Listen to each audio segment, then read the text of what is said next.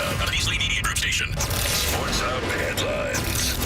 The Bruins are still alive after holding off the Panthers down in Florida last night 2-1. Morgan Geekie and Charlie McAvoy both scored goals for the offense, and then Jeremy Swayman took care of the rest. He made 28 saves, and that includes a point-blank try from top goal scorer Sam Reinhart in the final 10 seconds of regulation to preserve the win. I'm so grateful for the opportunities and how the games present themselves, and I just embrace everything with open arms and a smile, and I'm just so proud of the guys in front of me, the way that they battled, played the systems well, communication, everything, and it showed tonight. We had an edge, and we weren't taking no for an answer. The Bruins now trail this playoff series 3-2. They have the home ice for Game 6 on Friday night. Edmonton got an Evan Bouchard goal with 39 seconds left. They beat Vancouver 3-2. That best of 7 even at 2 games apiece. The Celtics will play Cleveland at TD Garden tonight, leading that playoff series 3-1.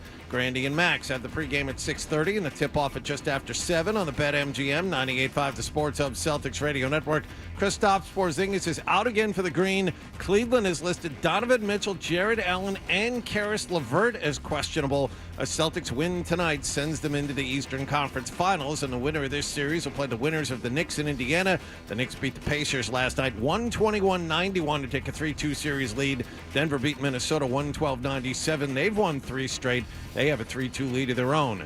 The NFL will announce its 2024 regular season schedule tonight, and the Red Sox beat Tampa Bay 5-4 in 12 innings at Fenway Park. Tanner Houck faces the Rays this evening. Sports Hub headlines are brought to you by Eastern Massachusetts' leader in drain cleaning and pipelining, Drains by James. Slow drain, clogged drain, you need to contact Drains by James today at drainsbyjames.com. I'm John Wallach at Boston Toll for Sports, 98.5 The Sports Hub. Your next update at 6:30. You want to talk sports? We want to talk sports. Squeeze the chicken and open the mouth. It's like we were meant for each other. This is why you need us. 98.5 The Sports Hub. Fred, hello. Hello. Hello. Mm-hmm. Hello. Hello. Hello. Hello. He's naked. He has a sword.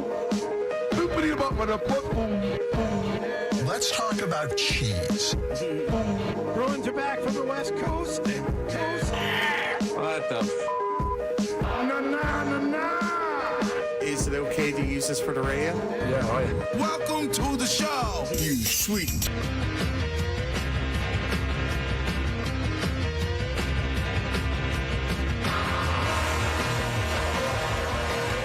Hey, good morning. Everybody, good morning. We are the Toucher and Hardy Show, brought to you by FanDuel Sportsbook. Make every moment more with FanDuel. We're in the Town Fair Tire Studios. You can watch us on YouTube. Search 98.5 The Sports Hub on YouTube, and then subscribe. 617-779-0985. A lot of Bruins today. I do want to say, though, Damon, everyone's very excited. I got a text from John. It was on our Slack thing. Damon Mendelara had on 6 Sports Illustrated swimsuit issue models. It's the 75th anniversary of the swimsuit issue or something. And so I had heard that had happened, and then finally I saw the picture, and there's 6 swimsuit models, 3 of which are overweight.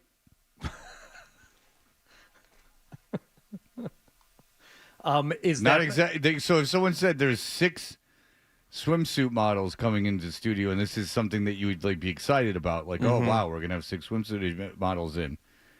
I mean, I don't know how exciting it would be if you're not sleeping with them. They're not going to sleep with me, so it'd be just kind of a waste of time. But so they come in, and then you're like, but if this is something that's exciting you. Okay. I saw the photo. I did not zoom in on it or anything. I just saw, DA there in the middle of it. But yeah, okay, 2 of the women look like swimsuit models with clothes on. 1 is probably very attractive, and then 3 are overweight. I don't know what's going on with the swimsuit issue. I'm sure they have to put overweight people in it now. Mm-hmm. I wish that they would do a issue with men with back hair. so we could end the stigma of back hair. Right. You know, why don't they have men with back hair in it? They should be Playgirl magazine should have to have Jerry Remy in every other issue, like they did back in the day. Sure. Back when a man could be 5'5", wear tighty whitey shorts, and have a nice hairy chest. They don't allow that anymore. But I will tell you that if I can just picture DA sitting there going, oh my, 6 swimsuit models, and then and there's 2. That's a thing though with the swimsuit issue now, right? They put in overweight women. Yeah, older women, or women who are plus sized. Yes, but you don't have a problem with that. Of course not. There's one woman that looks like Kourtney Kardashian. She's got dungarees on. Yes, she's wearing dungarees. Mm-hmm. It's just so patronizing to me. Like if you're one of the, I don't know, they put a 70-year-old in there, or they put the plus size models in there. If you're one of those people, don't you think this sucks? Them taking me aside and say, "See, you're beautiful too." Well, see, I think that I honestly think with the older women, that it's kind of a Trojan horse. Because they say, like, oh, we're celebrating older women, but it's actually what? The MILF movement. Oh, yeah. That there's actually, that this is supposed to be titillizing. Sports Illustrated is following porn's lead. I honestly swear to God, they're like, what's something, like everyone's bored. Like, when was the last time you saw a swimsuit issue? It's been at least 20 years. Yeah, I haven't seen, like, I have no desire to look at the swimsuit issue. There's pornography on the internet. Like, all you can't avoid pornography on the internet. So, the swimsuit issue is not anything that's a big deal. But if I was putting together a swimsuit issue and I was trying to look at what people that might be interested in the swimsuit issue would be interested in, and I could Trojan horse in something under the guise of being accepting of everyone. Sure. And that's probably why they put fat chicks in it now, too, is because of this whole plus-size model thing. Plus size, please. Please, friend. I said plus-size model. No, that's what he said second. If they're not fat, what are they? They're plus size. So one's offensive and the other one's not. Yes, exactly. I think bingo. I don't think I'd like to be called plus size or fat. I've been probably called both, and I don't think I'd like either. If someone called Joe Murray, he would be the guy to talk to about this. Skillbreakers.com. No, Joe Murray. Come to think of it, I'd rather be called a fat radio host than a plus-sized radio host. So you may be onto something. If they're the same thing, they mean you're overweight.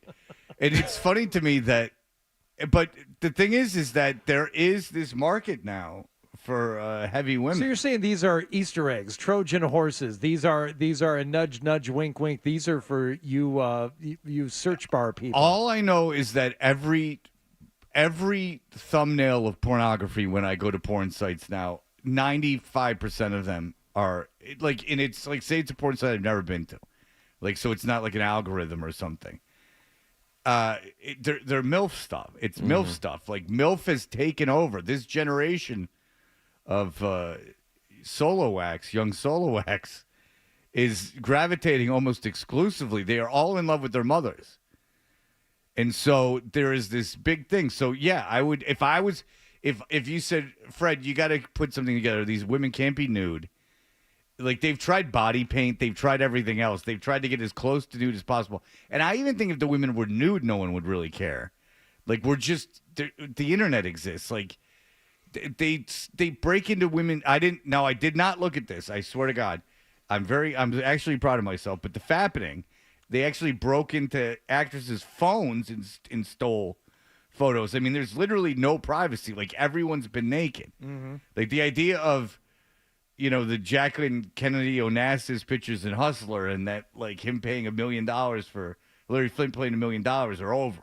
Like, someone could get him if they want him now. And so if I was sitting and I was, like, trying to make an attempt to make myself at all different or at all get some noteworthy stuff going, I would go, like, well, for one thing, the MILFs are all the rage.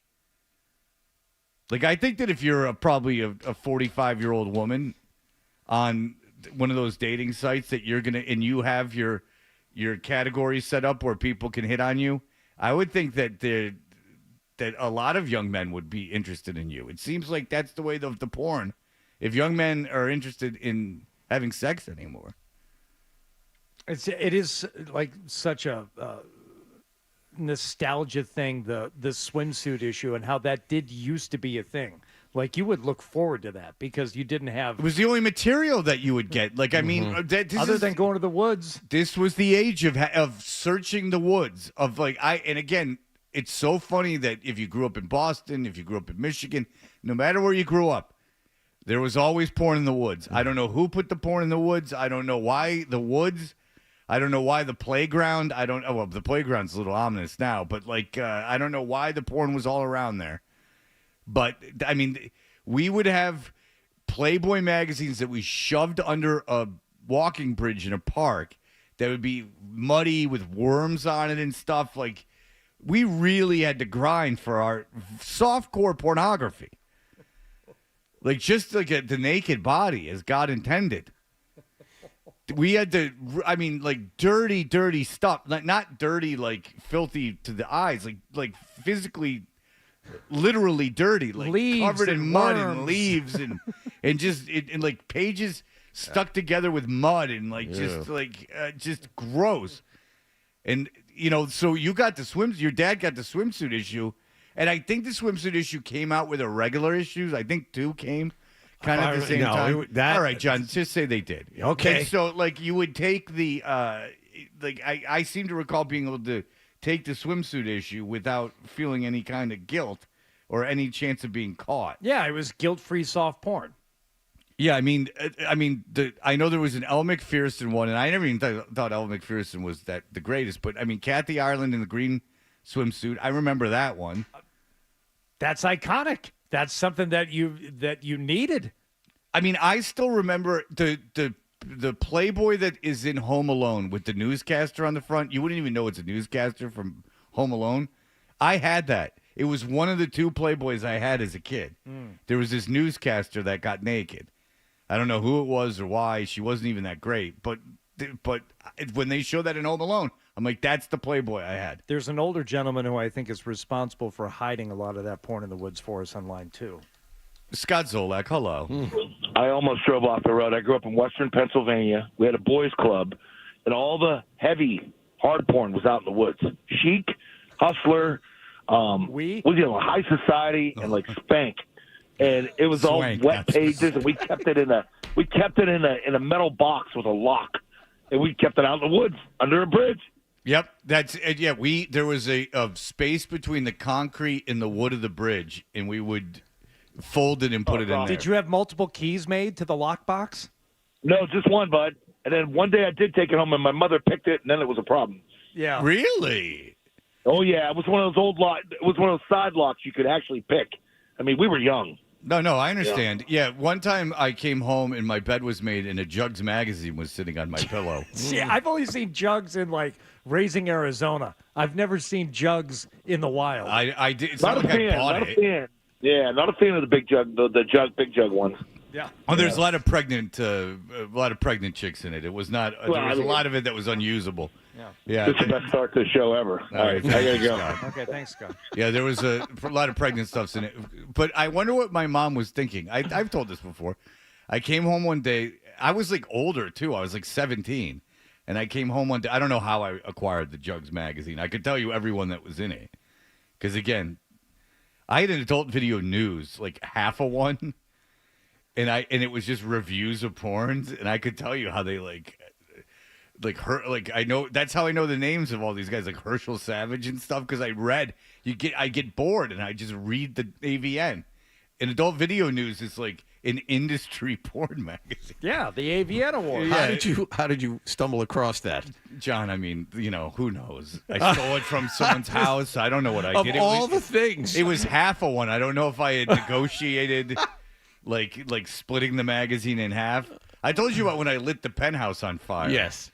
I got so guilty about how much I'd used this penthouse that I went into the bathroom and lit it on fire. and it was those laminated, like not laminated, but glossy pages. Right. And it just was like a smoke bomb. But then I want to know why I felt so guilty about it. Now, for us, we had a guy who had a descrambler on his cable system. So we just went to his house and watched the Playboy Channel. Well, for the second day in a row, and then we'll break and get to the Bruins. You want to talk about Chaldeans? We were talking about them yesterday. Cash business, liquor stores in downtown Detroit, video stores. You go to certain Chaldean kids' houses. I mean, the dad would have 400 pornos. Oh, it was my terrible. Oh, because you'd sleep over and you'd start watching porno, and I didn't grow up like Scott, where relief was to be had everywhere, and so it was actually like a painful evening. Like you would just be sitting there in pain, watching these pornos. Like, when can I go home? No chance of any release. Like, Mom, could you pick me up? It's 5 a.m. Just come get me. I'm up. All right, we'll be back. Wasn't it the worst though? It's like you would find a magazine in the woods, and then it wasn't a Hustler. It was like one of the smaller ones, like one of like the half sides, almost like fanzine size. Oh no, that was Hustler Letters or Penthouse Forum. But there were other ones. I remember OUI. Do you remember Nugget? Oof. No. Jim Murray and I have had this conversation. Nugget? You don't want to ever see a Nugget. Don't look. Nugget. I made that mistake once. Yeah, you want to poke look. your eyes out. No. Nugget amputees. Now that he's mentioned it, I'm sure there's curiosity involved. It's not. Well, I have to look now. No, The don't. last time I talked about Nugget Magazine, Jim Murray texted me. And I don't really text with Jim, and he texted me and he was like, "Oh, yeah, nightmares." You see, I had not seen it, and after the show, I went and it was not good. Hardy, Nugget Magazine was so bad. I had one in my fort. I'm looking at it. Don't talk Why? about it. Why? I went up in my fort and I ran to my mom crying. Yeah. I cried to my mom because of what I saw in Nugget. I was like, "Mom, what is this?" I thought it was cannibalism. There was something that was so gross. All right, very good. Well, there's your trip down memory lane. When we come back, the Bruins. Look at this. We're going to a Game 6 at home. More home hockey for the people of Boston. And we will discuss all the ins and outs of this game in just a moment. You're listening to Toucher and Hardy on the Sports Hub. Need a new roof?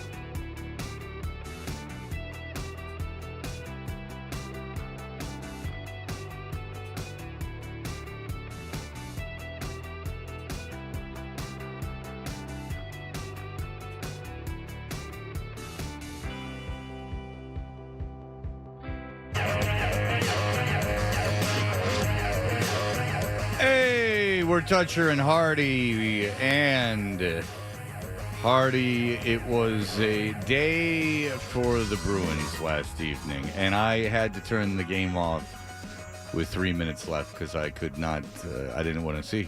And then I saw it later after I knew they won. I'm glad you didn't see that last shot that I did. I ended up had to save. I ended up seeing it, but I was like, I'm not watching this. He came out, tried to cut it off a little bit, opened up the 5-hole a little bit. I'm like, oh Jesus, Jones, God bless it. Holy smokes! But Yeah. I'm glad you mentioned the day. It was the day for the Bruins. So during your day yesterday, Fred, what was the conversation like? If anybody wanted to talk to you about the Bruins, Well, how did the conversation go? Sweeney was a bit of a hump in the morning. Marchand wasn't playing, even though he participated in the skates.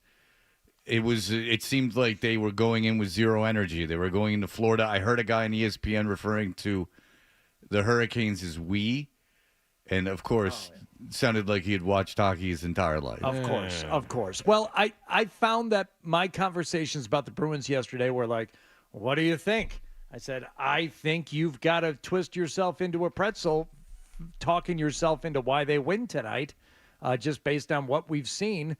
Of course, we're all going to be watching. We all want them to win. But, I mean, how do you convince yourself that they're going to do it? Well, the Bruins, I think, showed kind of early on how they were going to do it. They went out and they started taking shots on net. They immediately started taking, crazy as it sounds, shots on goal. Quantity over quality. And few shots in the first few minutes of the first period, and it wasn't long until Geeky at the near point. Throws it around the boards to the left point, held in by McAvoy in his backhand. Wrister off the end boards, back of the net. DeBrusque centered backhand, they score! Morgan Geeky took a feed out in front, slides a backhand by Sergei Bobrovsky. Bruins 1, Panthers nothing. There we go. They had outshot Florida at that point 6-1, I believe, in the first 5 minutes of the game. Crazy. Well, what an idea. Will you attempt offense? Yeah. Nuts. But that was a really nice play from DeBrusque to Geeky in order to find him streaking toward the crease there. And that was how the game began last night. Immediately felt pretty good about things. All right, we saw what happened when they played with a lead before, but somehow this felt different after they were able to put shots on net. Yes, they were the more physical team. They were putting shots on net. It was, as you heard a million times during the first period yesterday, it was a complete reversal of the way the series had gone before. Right. But then again, throughout this series, the Bruins they seemed to fall off after the first period as well. Well, they took the penalty there not long afterward, and Florida. It's good on the power play, at least against the Bruins, and maintaining puck possession inside the Bruins zone, and they kept that possession going afterward, even after the Bruins killed off the penalty, to where they were holding on to the puck for too long. You knew it was inevitable. Puck sent out in front of the Bruins. That good poke check by Swayman. They score! It looked like there was an opportunity for the Bruins to maybe grab control of the puck, but the Panthers convert to tie the game at 1. Yes, many opportunities to grab and control the puck, but they just can't do it. And even in this game last night, so many times, can you just control the puck long enough to either get it out of the zone and maybe, this is lunacy, control the puck into and through the neutral zone, or at the very least, just clear the damn thing. I heard a Canadian guy saying that Swayman should have grabbed that with his glove, and now I'm looking at a replay of it, and he should have grabbed it with his glove. The puck popped out of his glove, and 5 seconds later, it's in the net. Yeah, I mean, he hasn't made a lot of mistakes, but that was one of them. That was actually a Swayman mistake there. Yep. Well, that and Reinhart just... well, he should have caught the puck. I mean, he should have froze the puck. No, Reinhart scored almost 60 goals this season. He's fantastic, but he wouldn't have had the puck on his stick if Swayman closes the glove. Yeah, so that was on Swayman. That goal's on Swayman. I agree. And they should have listened. If they got the puck out, then the puck would have been out, and they wouldn't have had the opportunity. But you can't play with this team. You gotta make the right plays when they're there to be made. Now, listen, Swayman had a great game, but Swayman should have had that puck. I agree. So that goal's on Swayman. and a little bit on Hampus Lindholm. Now, I'm going to praise him later, but he just got out-muscled, outplayed by Reinhart on that play. Yeah, it was right. They've done that a couple times now in back-to-back games. There's been 2 goals that were just pretty much effort goals, but again, that's an unfortunate rebound. Now, we're going to get into this in depth later on, but of course, the game winner. Bruins with an outlet through the middle. Coyle sidesteps the check to Frederick. In flight over the line, right side. Right circle. Drops. Coyle. Back into the slot. McAvoy shoots. He scores! Charlie McAvoy sizzles it home. His first in the playoffs. Bruins 2, Panthers 1. We're going to leave it right there for now. Right. Later in the show, we will go into the ESPN broadcast of when they were looking at the replay of it. They bring on a rules official who's an idiot. I mean, just a real idiot. And not that he was wrong even, in that he wouldn't commit to anything. They bring him on as a rules expert. The key word is expert. He goes, ba, ba, ba, ba, ba. Then the analyst goes, well, ba ba ba ba ba, and then the rules expert goes, oh, yeah, okay. I didn't see that. You're right. I didn't see that. Good job. You're right. I agree with you now. Well, thank you, you idiot. Thanks so much for coming on the show. You're a big rules expert. You moron. The NFL guy who got everything wrong. Remember they brought an ex-referee on, and he got like 8 things wrong, and finally Nance was like, F this, don't go to this guy anymore. They fired him. That's what reminded me. That's what it reminded me of. Yeah, and he looked so nervous, and it was like, why are you nervous? It's not on. Nothing's on you. Just go what you They're think. They're talking about your knowledge. This is something that shouldn't be difficult for you. This is why you're here. I immediately texted Lockhart and Hardy, and I was like, "We got to grab," and Nick, and I was like, "We got to grab this. This is unbelievable how stupid this is." And it just, I don't know how they can't get these broadcasts together. But the NHL has got to get its act together. It really does. It has to get its act together. It's a real poor product right now. Not the game so much, the officiating, the league, the television, it's all JV. And by the way, we haven't even gotten to the fact that Bobrovsky, the puck's at the circle, and they stopped the game to make sure he's okay. That was genius by the refs, just stopping play after he made a save. I'm seeing a lot of stuff in this series, and again, I'm not like a hockey expert by any stretch of the imagination. I am an NBA expert, but I am no hockey expert. But I will tell you, I probably, I've watched my fair share of games over my 49 years, and I don't recall this amount of physical abuse from the referees. I don't recall this amount of, controversy over, there have been replay controversies before. I mean, the Hull's foot in the crease and all this stuff. I don't even know if that was replayable. Probably not. That's maybe why they have replay. It wasn't replayable. That's probably why they have replay now. Yeah. But there's been controversial stuff, but the physical abuse from the referees, the garbage officiating, and the idea that if they would have, we're talking about it. Everyone who's listening knows they challenged the McAvoy goal, and Andrew Raycroft was saying that he thought that Bobrovsky was interfered with, and that they would have overturned it if it had not been for what happened in Game 4. And then I heard a Canadian broadcast saying it was 50-50, and the reason that they didn't overturn it was because of what happened in Game 4. And all I got to say is if Danton Heinen glancing Bobrovsky dropped his stick. He didn't get it to Correct. Stick taken out of his hand. And by the way, the poke he felt was from his own defenseman. He Yes. thought it was Heinen. He thought, okay, I can sell this. It was obviously Heinen, but it wasn't. So he dropped the stick to make sure the ref saw it. Yes. So Bobrovsky dropped his stick on purpose. So what happened though is Heinen's skate touched Bobrovsky's skate. So if they would have overturned that after Coyle was cross-checked into his own goaltender, anarchy would I was sure they were going. So was I. I was positive they were going to disallow that goal. So was I.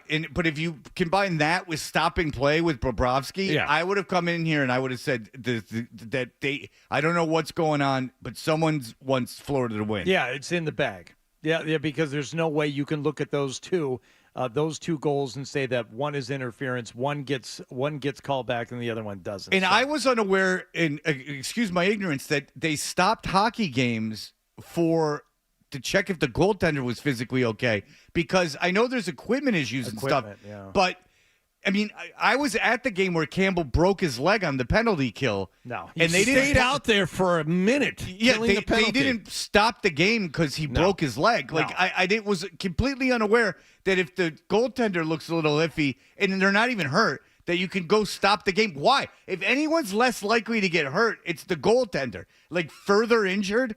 Like if the goaltender's hurt, big deal. No one touches him unless you're getting checked into him. Go ahead. If a player physically goes down on the ice, I think they'll stop it at some point. I don't know about possession and what the rules are, but Bobrovsky saved the puck with his shoulder and was still upright. It wasn't like this injury he had knocked him flat. He was still ambulatory and physically able to play his position, and they still stopped it. Hold on, Mr. Bobrovsky feeling a little bit fluish down here. We're going to have to stop the game. What are you doing? But no, yeah, like if you go into the boards and you're laying there unconscious, they'll stop the game. But if you, I mean, like for instance, Pasternak looked like he got knocked woozy last night, and it was taking him a while to get up. They didn't stop the game. I mean, you could go down, and think even if you like try to get up, they don't stop the game. They stop it if you can't get up. Exactly. But Bobrovsky is standing upright. He's standing up, fine, and no one's going to touch him. Like so, even if he had a concussion, it's not like he's going to get the concussion's going to be any worse. He wasn't in danger of being hit. Right. You know, that's like the he thing. wasn't vulnerable. I don't understand. I was completely unaware that you could stop the game for that. I've never seen that. I've been watching hockey a long time too. I've never seen a play blown down when the goaltender is apparently dinged. I've never seen that. And he wasn't even hurt. Exactly. And the puck was very much alive. I mean, the Bruins, I mean, they probably weren't, but who's to say the Bruins weren't going to score there? They had a lot of action going in front. It was kind of chaotic. Someone checked the betting lines when this series started. Honest to God, there has to be a connection here somewhere. It's weird. It's really weird that these things are kind of stacking on top of each other as we move through this series. Well, very strange. The score was 2-1 at the end of 2, and the game was obviously far from over. We'll tell you what happened in the third period, and the rest of the second, the rest of the third, and all the other things that happened last night. Absolutely. We'll return in just a moment. Sports Hub headlines. Bruins beat the Florida Panthers last night down in the Sunshine State 2-1. They have another game to play. It's Game 6 on Friday night at TD Garden. They trail this best-of-7 playoff series 3-2. Celtics lead Cleveland 3-1. They will entertain the Cavaliers at TD Garden tonight. Kristaps Porzingis out for the Celtics. Donovan Mitchell, Jared Allen, and Karis LeVert are questionable for the Cavaliers. Grandy and Max have the pregame at 6:30 and the tip-off at 7 on the BetMGM 98.5 The Sports Hub Celtics Radio Network. And in relative anonymity, the Red Sox beat Tampa Bay 5-4 in 12 innings at Fenway Park. They're 2 games over 500. They host the Rays again this evening. Sports Hub headlines are brought to you by East Coast Metal Roofing, the official roofing partner of the Boston Celtics. Mention 98.5 The Sports Hub and get 10% off your new roof. Visit eastcoastmetalroofing.com. I'm John Wallach of Boston's Home for Sports, 98.5 The Sports Hub. Your next update at 7 o'clock. Marchand back of the net. Shoots, he scores! This is Brad Marchand. Brad Marchand. Every Bruins game on 98.5 The Sports Hub.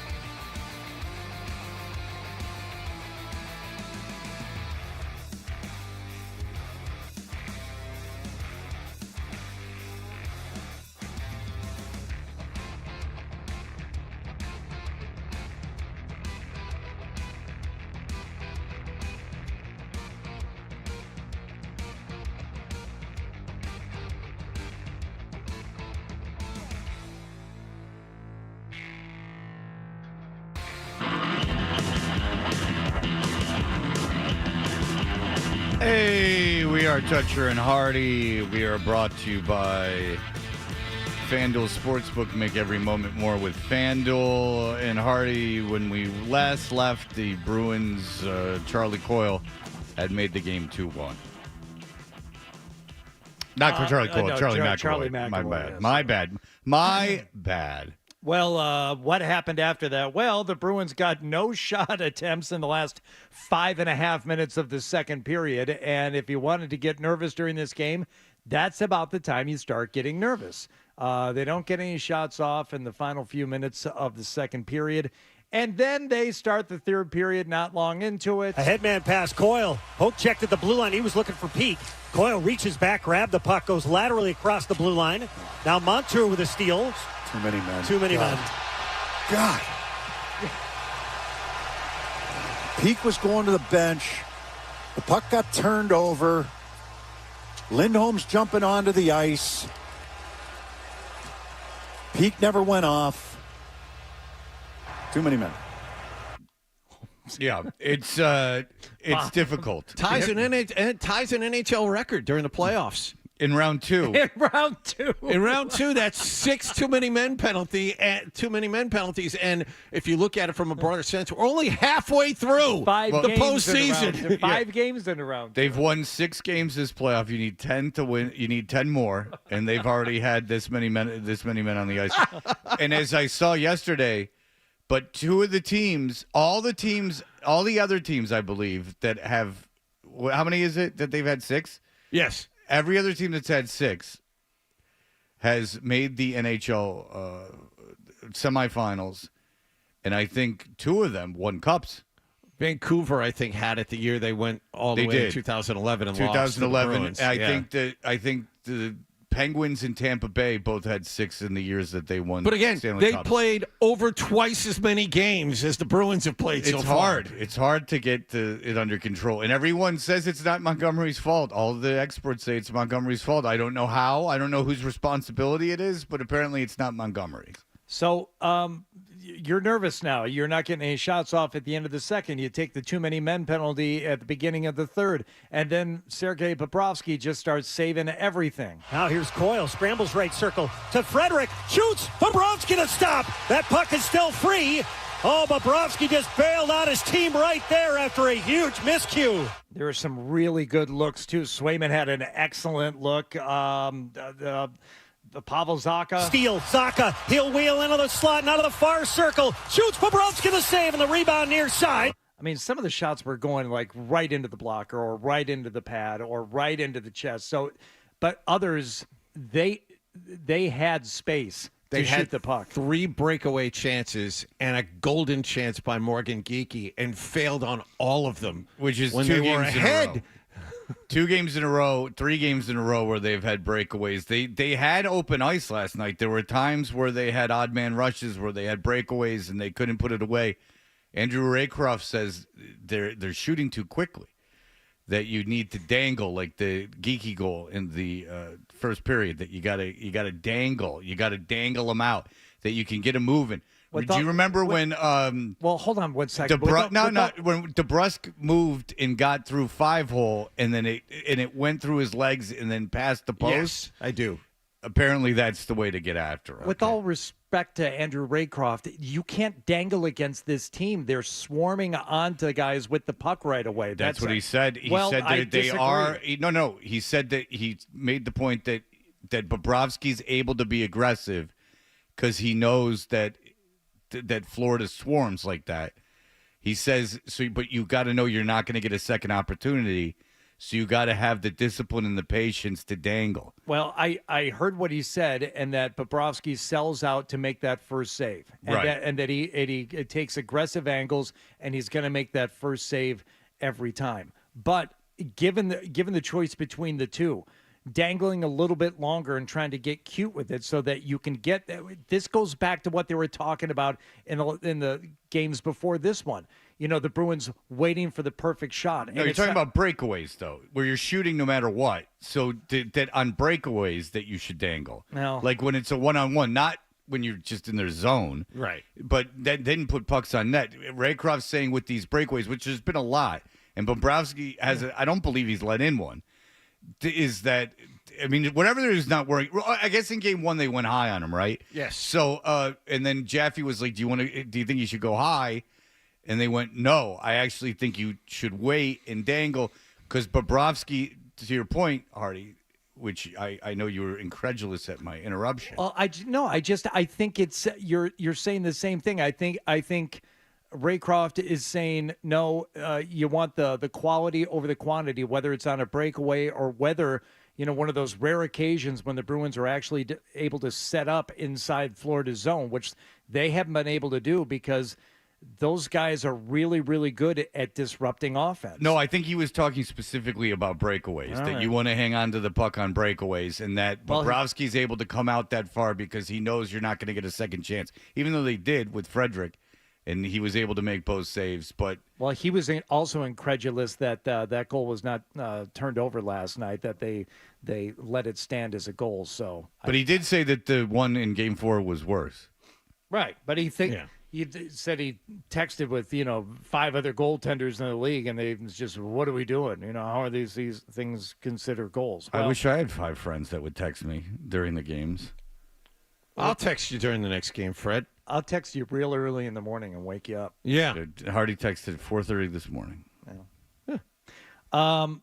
Did you see this or not, Fred? Long shot, never got to Swayman. A backhand through the legs by Montour, and a stop by Swayman. That was. I mean, I saw it after the game. The Montour between the legs. I know.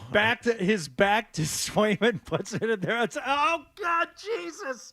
Oh God. Yeah, I don't like the end of the games when they have a one goal lead. It was really, they pulled the goaltender right after you turned the game off. They pulled the goaltender with 3 minutes to go. No, I know. I saw the end of the game after I knew they won. I mean, I don't think the concept is that difficult. I turned the game off.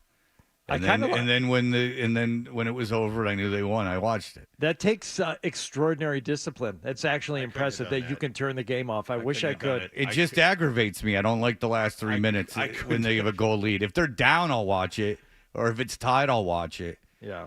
But if they're up a goal, I don't like watching it. And in elimination games, in any other game, I'll watch it. But in elimination games, or if I'm with other people, I'll watch it. But I was by myself. And so I was like, I don't like this anymore. Okay, so the Bruins, they get the win last night. They don't play again until Friday night. That'll be Game 6 back at the Garden. Celtics also playing tonight.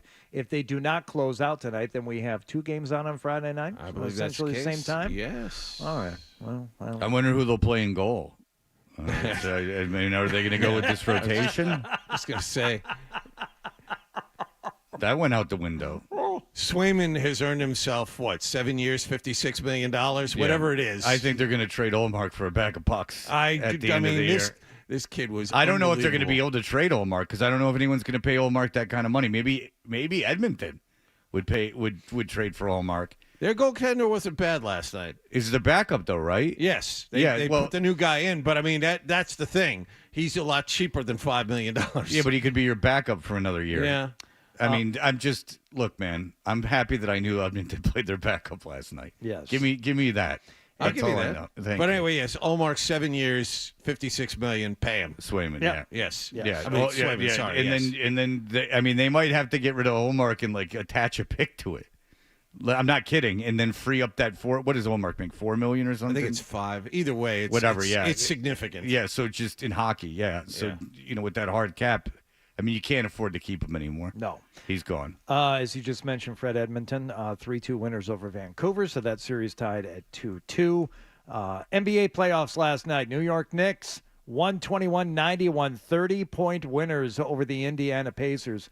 That series is ridiculous. It's so dumb. 30, 40 points. Either way. Yeah, 30-point swings. It's just stupid. Yep. It's like teams, they're down. Well, the Knicks stopped. And I guess Thibodeau showed some restraint and actually stopped in Game 4. He stopped trying and finally just was like, all right, I'm going to rest some guys. Yeah, because you're down 30 in the first quarter. But now that I say it out loud, it's actually 60-point swings, one side to the other. 60-point swings, yeah. There's 60-point swings, and there's one guy in the Knicks that scores. Jalen Brunson is hurt. He's got a foot injury. He's not 100%. You can see it when he plays. He took 35 shots. He played 43 minutes. He scored 44 points. Everyone in the building knows that he is getting the ball. Everyone in the building knows he's getting the ball, and he is still unguardable. I mean, this guy isn't 6'8" or 6'9". Jalen Brunson's closer to 6 feet, and he is still scoring at will on everybody, and he's less than 100%. I wonder if we took calls and said, who could name the starting five for the Knicks last night without looking it up? What percentage of the audience could do it? I would say 3. 3 people. Not 3%. I'd say 3 people. Say 30,000 people, 40,000 people listening. 3 people could do it. I'm not sure I can. No, there's no chance. And you call the games. Can you give it a shot? All right. Try to tell me who played. So Brunson, Hartenstein, Josh Hart, DiVincenzo. Does he start? He did last night. Okay. DiVincenzo, and I was reading this. Thibodeau just made a lineup change. He did. He went double big, so they played. No, he went. He did not go he double had big. been going double big. Yeah. He sat the second big guy down. McBride. You named us to the starting 5. Sweet. Well done. Walt. And by the way, Brunson in a 30-point win played 43 minutes. Yeah, I was just saying, he's not 100%. He's playing through a significant foot injury. He's still scoring 40 points a game. I just don't know. Hard not to when you're out there for the entire game. How does Thibodeau justify? How does Thibodeau? He's got to carry a team. He's not big. I know, but how does we know? Yeah, it's Brunson's becoming a star. But how does Thibodeau not sit him when you're up 30? Like that game was never in question. Because he's Thibodeau. Because Thibodeau. Everybody plays until everybody can't play anymore. Look. If the Celtics and Knicks advance to play each other, and right now that's the way it lines up. Watch this kid Brunson. He is going to be a show and a half, more so than Donovan Mitchell. Oh yeah. Donovan Mitchell's good and has been good for a long period of time. This guy is great. Yeah. And you know what? The Knicks may score 95 points, but Brunson will get 45 of them. I just want that fan base coming in. Yeah. They tend, if it's a regional game, to buy up all the tickets, and then they get internet-y on the streets, and they try to get viral videos happening. Yes. All right. And still the wildest swing, forget about the 60-point swings, is the fact that Denver is now up 3-2 in the series over Minnesota after dropping the first 2 games. 112-97 winners last night to retake the lead. They have Gobert back. Anthony Edwards, I think, was held under 20, and Jokic was amazing again last night. Minnesota is done after they were up 2-0. All right, we will be back in just a moment. You're listening to Toucher and Hardy on the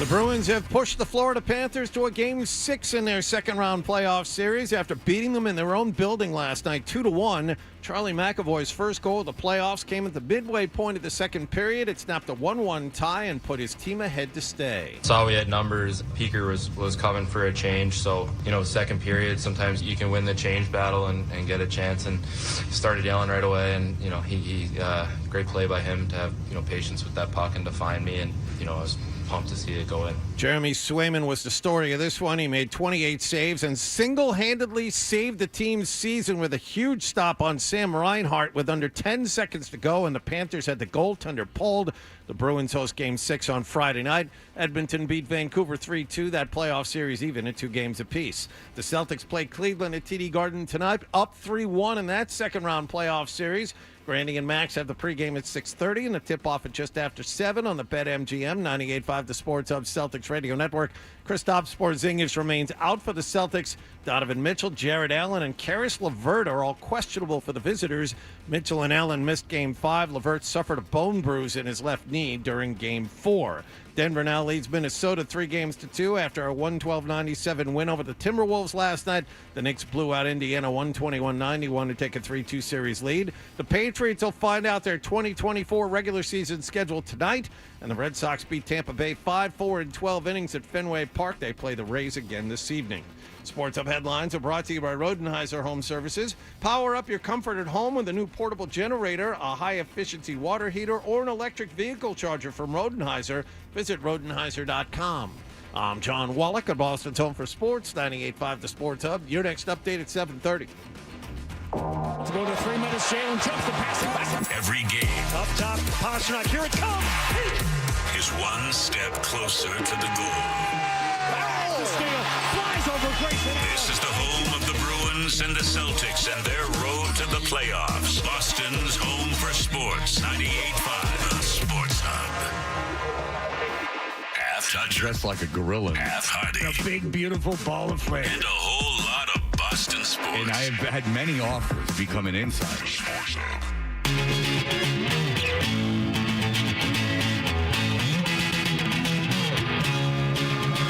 Hey, everybody. 98.5 Sports Hub. We are Toucher and Hardy. You can watch us on YouTube. It's very exciting. Watch us on YouTube. It's constant. Sometimes people say on YouTube, you can't see Fred's face. The microphone's in front of it. And I said, did I put the cameras in? No. Do I have anything to do with the cameras? No. Why do you want to see my face? What difference does it make to you? You got to see it now? They want to look at your mug. Because I got my special corner that Hardy's so fond of. No one else sits in this corner except for every time I'm out and you guys have guests in. Mm-hmm. And they sit right in this chair. Mm-hmm. We are brought to you by FanDuel Sportsbook. Make every moment more with FanDuel. 617-779-0985. The Bruins, in a time where we all thought that they had no chance, much like the Toronto series. I didn't think the series was necessarily over. Because, listen, in Game 4, they very well could have won that game if they had not been screwed. But then Sweeney's comments in the morning, Sweeney seemed like a puss. No, I'm just kidding. Sweeney seemed like a weenie. Felger and Maz, you can use that. Sweeney, they love catchphrases, the Trumps. Yeah. Sweeney looked like a weenie. Sweeney is the weenie. But Sweeney did not seem strong in the morning. Then you find out that you got Maroon bitching about how people think he should have fought Bennett. And I who thought that? I mean, who thought that he could just go out there and fight him? Did any of us say that? I don't think any of the other shows said that. I don't know who he's talking about. I didn't read that. So Maroon's making up fights in the press. By the way, how much was Maroon in that game last night? Not a lot, but I did see him out there when Bennett was out there on more than one occasion. Yeah, I think that's the idea. I think Maroon is just out there as Bennett. By the way, Maroon 8 minutes last night. Yeah, not a lot. No, did not seem to. I think he had played more in the previous games, more than I know. Well, So and then you it's have startling when you see him moving the puck, which I did see once last night. It's like, holy crime. And if that's what we would have had with Lucic playing this season, that's what it would have looked like. Yeah, there was when he had to chase a puck down. That was I saw the same thing, and then you're like, he's not going to win that battle. There's no chance of that. That's why he has to ask people to fight because he can't catch anybody. The idea that he got pissed at Jack Edwards for calling him fat is hysterical. Like if truer words were never spoken. I mean, for a professional athlete, he's fat. I mean, let's be honest. He's a big individual. Yes.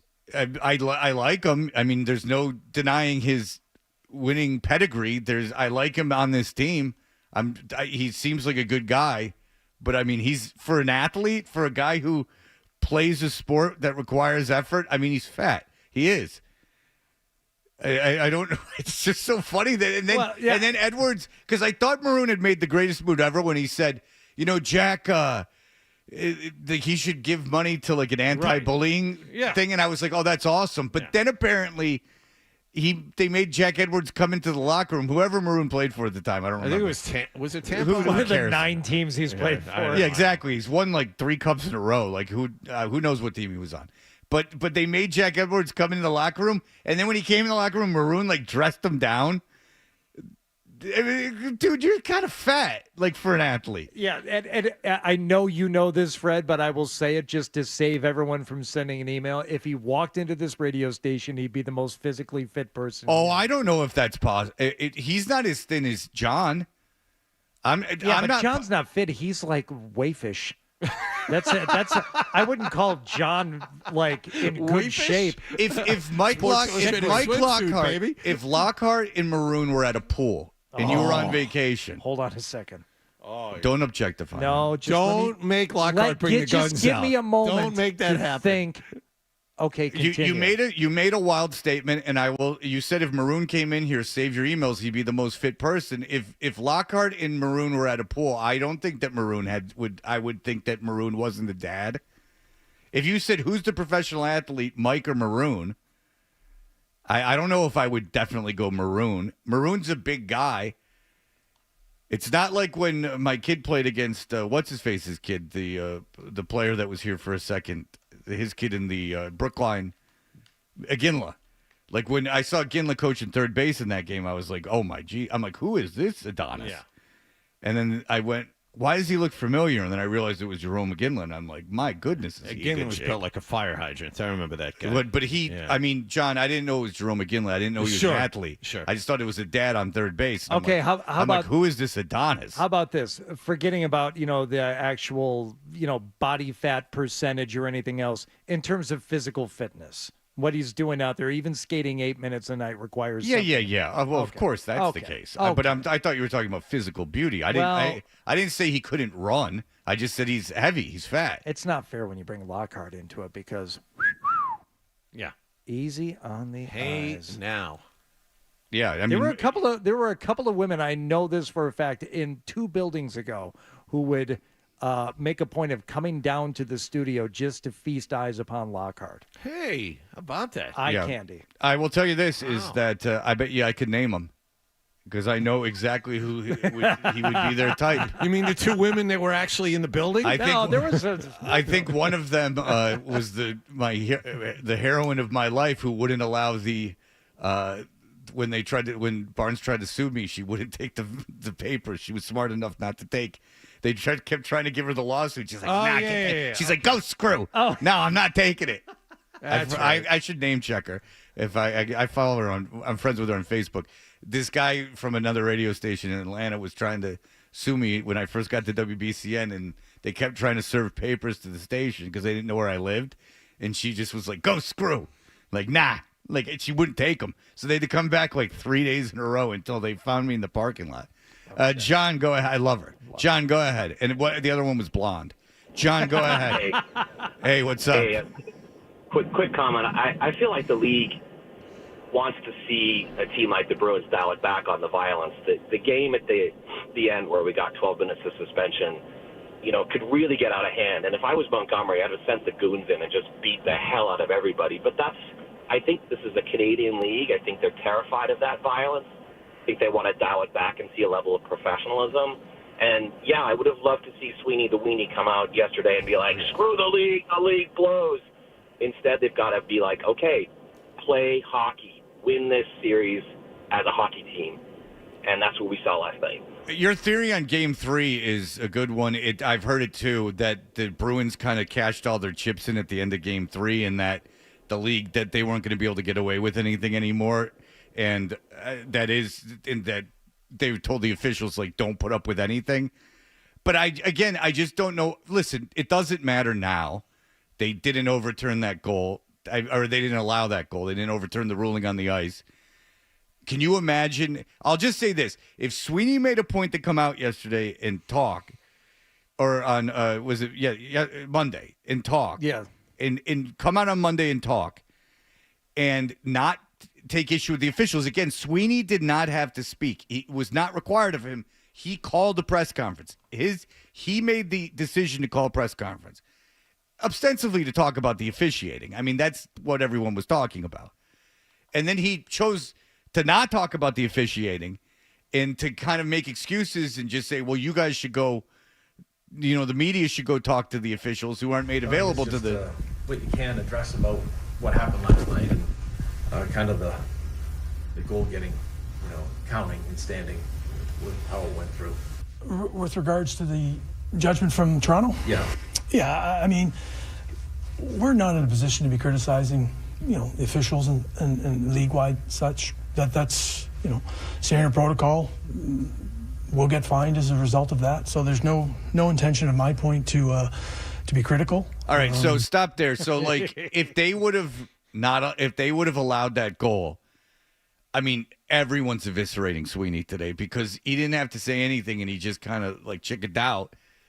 I don't know why you wouldn't take the fine if you were going to talk just to make a statement to the officials instead of just going out there and saying like, oh, I love them. Like they're the best. But listen, they won the game. It's a moot point. Now we move on. The Bruins didn't seem overly concerned with exacting physical vengeance last night. They seemed more concerned with winning the game. There weren't there was no Pasternak sucker punching a guy after the play. The penalties they took were either embellishments by Florida or they were iffy. Which got called, thank goodness. Yeah, the cross check when the cross check on I forget not who Geeky. It was I know who it was. But the embellishment was called, which was encouraging to say the least. Yeah, there was embellishment called on that. That was it was Geeky. It was Geeky. And then Lundell was called with embellishment. Which I was kind of surprised at. I mean, I'm glad they called it, and as a hockey player, I think that's probably one of the top 3 things you don't want to be called for in terms of, hearing about it afterward and how you're going to be viewed as a guy who embellishes a call. They all do it, but you don't want to be caught doing it. You don't want to be, faking it essentially. But if you're gonna call the one penalty, because you don't often see them matched like that, right? Mm. You get called for the embellishment, but the other penalty isn't called. Right. Yeah, they called them both. Yeah, they made a big deal about that on the air. I like that was the hill that they chose to die on. Meanwhile, when there's the call of the game, the non-call of the interference, that they can't make up their minds on. We'll get to that at 8:00. There's 3.5 minutes of those idiots going back and forth.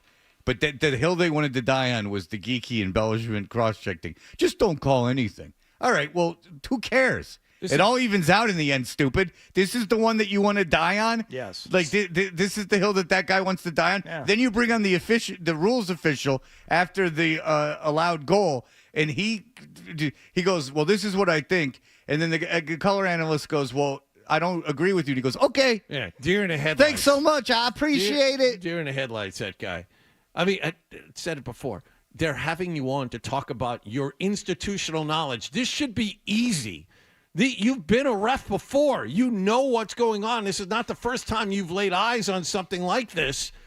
And he got twisted into knots in about 30 seconds. JV operation all around. Oh, my Lord. The network, the officiating, the Toronto, all of it is just JV.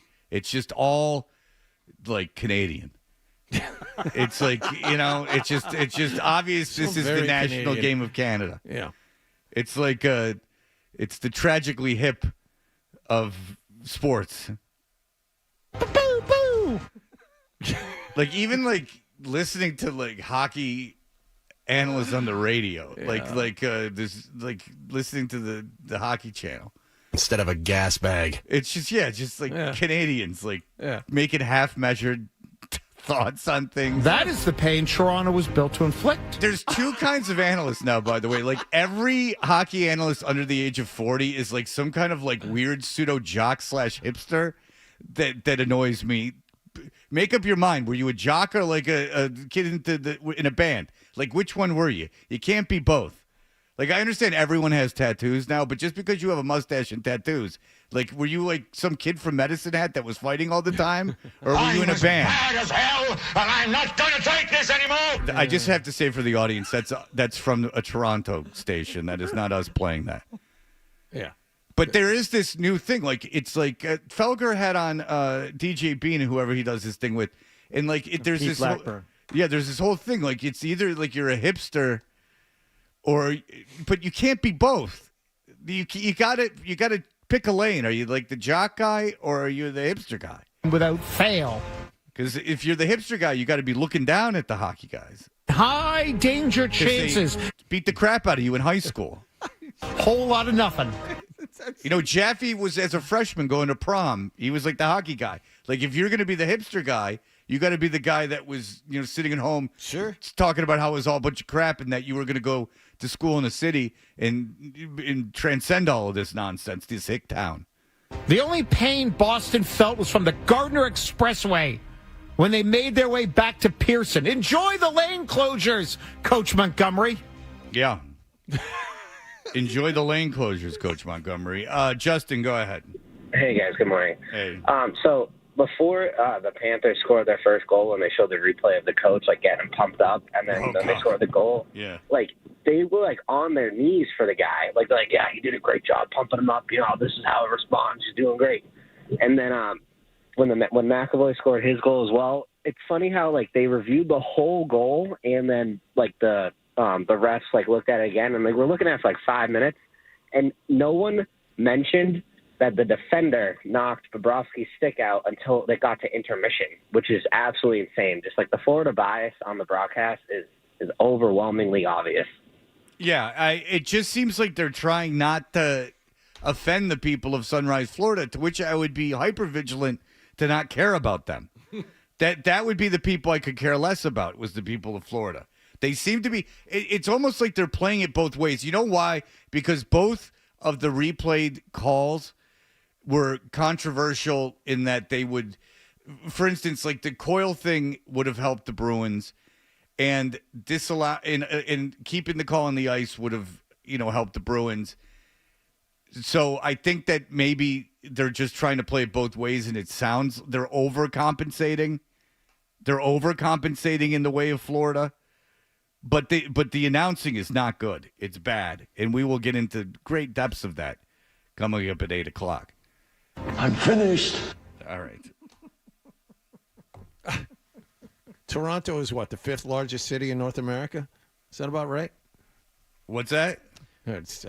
He's playing these clips. No, Toronto would be, I think, the 4th largest media market behind Chicago. Yeah. I think it's bigger than San Francisco. This guy's talking to people in their cars on the way home from work. Yeah, but it's all government owned there. It's a very slippery slope. I'm going to be really angry in a polite kind of way. Yeah, exactly. I'm going to play this audio from 50 years ago. Which is great because that's when people really get angry, when they're directed to get ready to be angry. Well, there's shows that do that. There's a show, Free Beer and Hot Wings, out of Grand Rapids, that they are syndicated all over the place. And I believe that one of the guys does a ranting segment because it was suggested to me by a consultant that I should do the same. Yeah. Make sure you have all this imaging telling people to get ready to be angry. And it might be the greatest segment in the world. I've never heard their show, but I just remember sitting in a room and the guy's like, there's this show, Free Beer and Hot Wings. There's this one guy, either Free Beer or Hot Wings, who does this rant every day. And you should do a rant every day. You're very caustic. You should do one every day. And I said, I said, about what? Get ready to be angry. Like, you want me to be upset 340 days a year about something? Like, I don't doubt that I could. Like, organically, I mean, I just watched Nicholas walk. But the idea that something in the media is going to infuriate me enough to have a scheduled rant, I figured, and I don't like the idea of radio people writing things out. I never understood that. Right? Like, you think that guy was writing that? The only pain Boston felt was from the Gardner Expressway when they made their way back to Pearson. Enjoy the lane closures, Coach Montgomery. Yeah, I hate when people read. I've worked with people that read jokes, and it always sounds like, wow, you read the joke. Like, what are you doing? And like when Jim Rome reads stuff, you cannot tell that I am reading this. What is up with this very natural way of speaking? Here I go again. They say, Jim Rome, how long does it take you to prepare for like a 3-hour show? And he's like, 17 hours. I'm like, why? He's like, I'm a slow typer. So you'll notice I have no notes in front of me, for better or for worse. Why? I'm lazy. But also because I think I don't like it when people read. What is up? I am not reading. Insert chuckle here. Jim, you gave me diarrhea. That take on Mark Grace made me laugh so hard I got intestinal distress. My bag is full, Jimmy. Colostomy bag.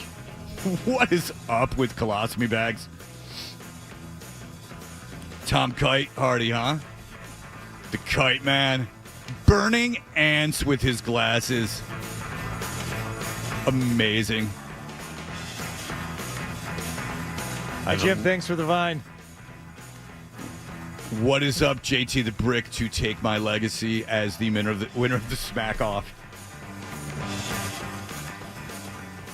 The Smack Off was really something. Everyone with rehearsed, written out calls. It's awesome. They have packed stadiums for it. Jim Rome probably worth $75 million. I have an idea for a segment. You call me, and I answer the phone. Repping. What is up with listening to you fill the air while I sit? What is up with having a bodyguard at the urinal with me at the Super Bowl? What's up with the high riser? Everywhere. At the Super Bowl. Well, he's very short, but he has to sit taller than everyone else. I don't think it takes a genius, John, to realize that I'm compensating for my lack of verticalness. All right, we will be back in just a moment. Toucher and Hardy, 98.5 The Sports Hub. Oh, Hardy. Yeah, I knew.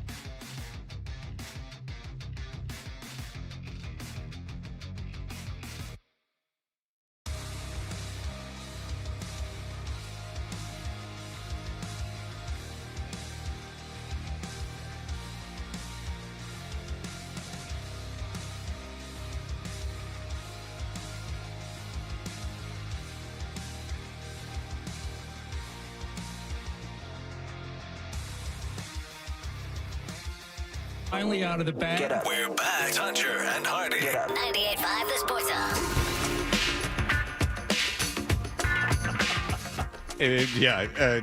We were talking about Otto and George. Otto and George, it's a ventriloquist act. It's a lot like the most ventriloquist acts you see. But Otto and George were this incredibly degenerate ventriloquist act, and Hardy was telling me this story that was appropriate. For no one. Yeah, seemed on brand for them.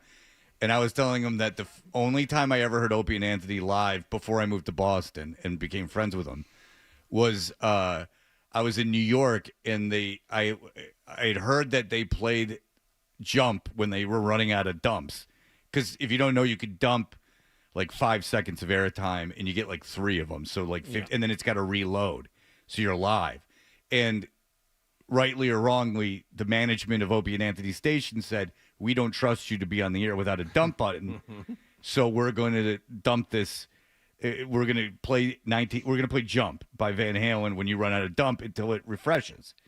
So Otto and George were coming on, and Opie goes, all right, hey, Otto and George, what's up? And then it just goes, dun, dun, dun, dun, dun, dun. And I don't think it was a bit. I think that, honestly, they said, hey, and he just went into some, like, racist, like, swearing fit. Yeah. And they just had to dump him a million times and then the mic's cut off. So that is all you need to know. All right, we're going to take for a break from the Bruins for a second, Artie. It is time for the news. Yes, indeed. We have the news?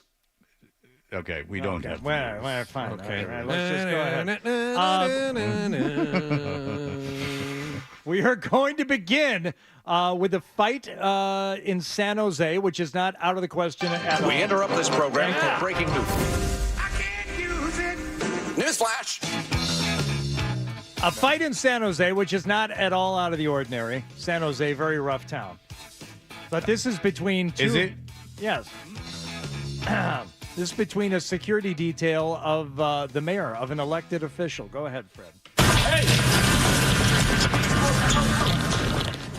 A man is in jail tonight accused of assaulting a plainclothes San Jose police officer who was providing security. Well, the man's been insulted already, and now he's been assaulted, and now you got to insult him?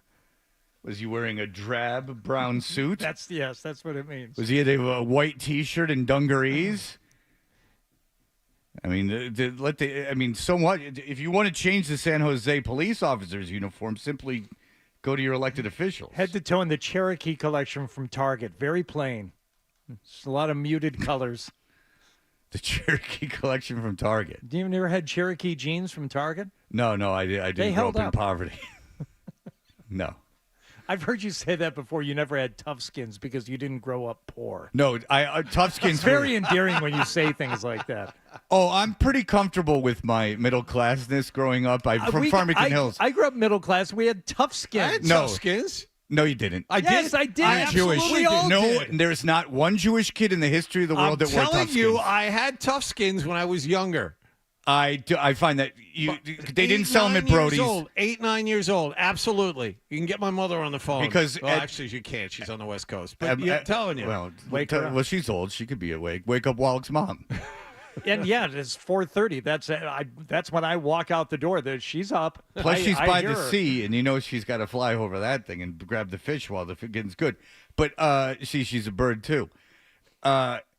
You did not have tough skins. I did. At my elementary school, no one wore them past elementary school because I think that there would be matricide if that happened. Kids would be just murdering their parents at that point. But like when you could still get away with it. But in elementary school, if you had tough skins on, it was an issue. We were going to make fun of you. The only thing worse was when Matt Wolf showed up with what? The Michael Jackson jacket. Oh, one of the greatest days of my life. Unfortunate. As a young, insecure ball buster who struck before he could be struck himself, when Matt Wolf showed up on the playground with the Michael Jackson jacket. The red zippered. Man. Yeah. Oh, I still remember the feeling. I just got the feeling. I got this the endorphins and dopamine in my body.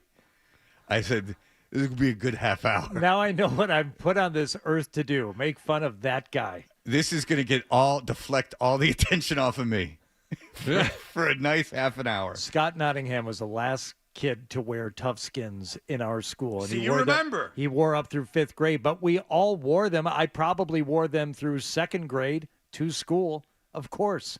You know Barry. He says, my friend David, I can't pronounce the last name, Jewish kid moved from Detroit to Needham, and he wore tough skins, and we made fun of him. I mean, tough skins were a bold statement. Oh, the dandy boy?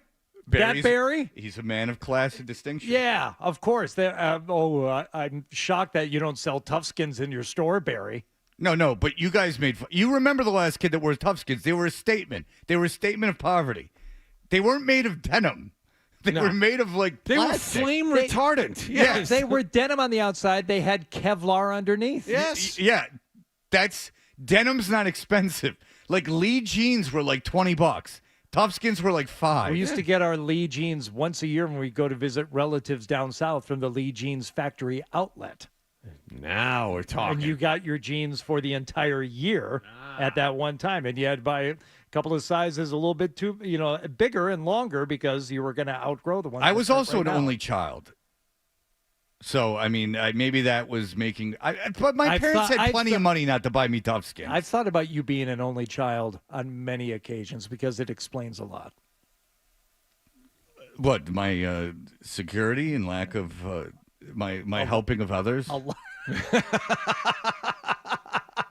Yes. The idea that the earth does not revolve around me? It's your thoughtfulness, and you always thinking of others. Yes, that is the benchmark of an only child. It's my service. Yeah. Nailed it. Yeah. Yeah. You need an errand run. I'm your guy. A man is in jail tonight accused of assaulting a plainclothes San Jose police officer who was providing security for the mayor. Cron 4 cameras caught most of the incident. It happened yesterday as one of our reporters was interviewing Mayor Matt Mahan in downtown San Jose.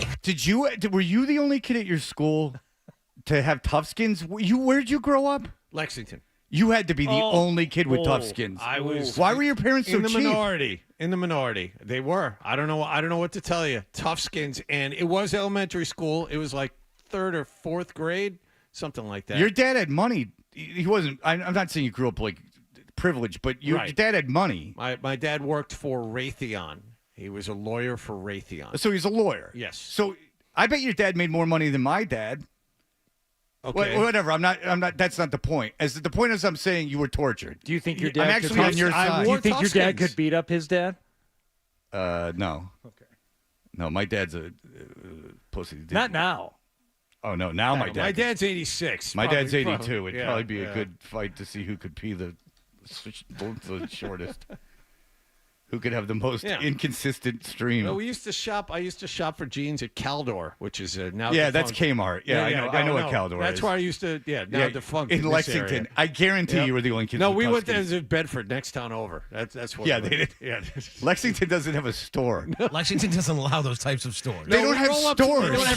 They keep them out on purpose, John. No, it's all Revolutionary War battlefields. Every time I go to Lexington, it's hysterical. Every color has to be approved by the town. Every shutter, every tree, everything. Of course. So it's a stop it, terrible John, place to live. They and then there's like a Lamborghini dealership. You know what I'm talking about? Yes. Whatever. It's like Rolls Royce or something. I do. It's like a weird dealership. But that's on the edge of town. That's next to Arlington. Forget about drive-thrus. They don't even have drive-through gas stations. You have to have it delivered to your home. They bring it in cans. That's the Always Sunny way.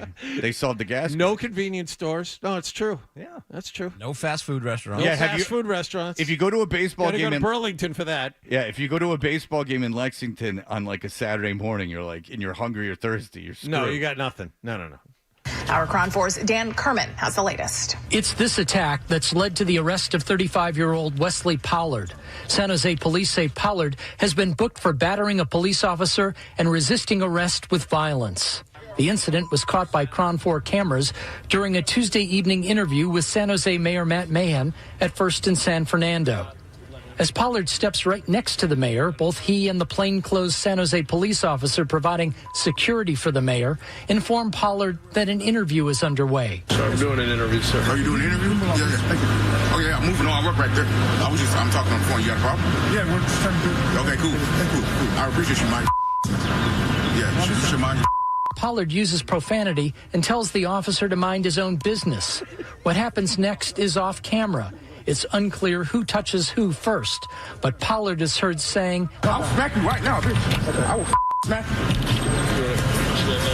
9 seconds later, he does just that, hitting the officer in the face and head at least twice. So wait, there's a camera there.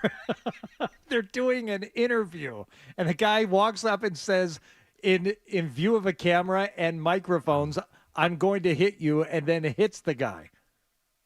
So it's like Babe Ruth calling a shot. There's a guy who just wants, 3 hots and a cot for a week or so. You're saying he's voluntarily putting himself in jail. I'm tired and I'm hungry. Here's an easy way to go to jail. You know what he's pleading insanity. He's going to say that his mother made him wear toughskins in Lexington. At that point, a scuffle ensues and police are called. Did you yell at them for making you wear toughskins? I didn't know any better. He never yelled at his parents. Wallach never yelled at his parents. Did you? Of course I did. I asked them for Adidas, and they bought me Zips. And I said, Mom, what are you doing? You ruined my rap. Rep, sorry. I just had a Rochi moment there. Machi. Witnesses say at some point, Pollard begins yanking on the officer's tie. After 2 more minutes and police nowhere in sight. So it was a Abbott and Costello bit at this point. He extended his index and middle finger and poked the officer in both eyes at the same time. He was quoted as saying, "Why I oughta," while he frantically stomped his feet and pawed at his head. I'm sorry, now I'm just thinking about a young Wallach screaming at his parents about his pants. I want to play Dungeons. I can't believe you made me do this. I can't believe it. You put Lexington, the fact that they wouldn't give you braces and your toughskins. No, I and you have a real child abuse case. They should have called DFS or whatever the hell the thing's called. Did your teachers ever inquire about you? A customer from a nearby business comes to the officer's rescue, removing Pollard's hands from the officer's tie and allowing the officer to handcuff him. It sounds like a very slapsticky kind of, and then he slipped on a banana peel on his way out. Give me your hand. Why? Hey! He was attacked with a bottle of seltzer. Police eventually arrived and took Pollard into custody.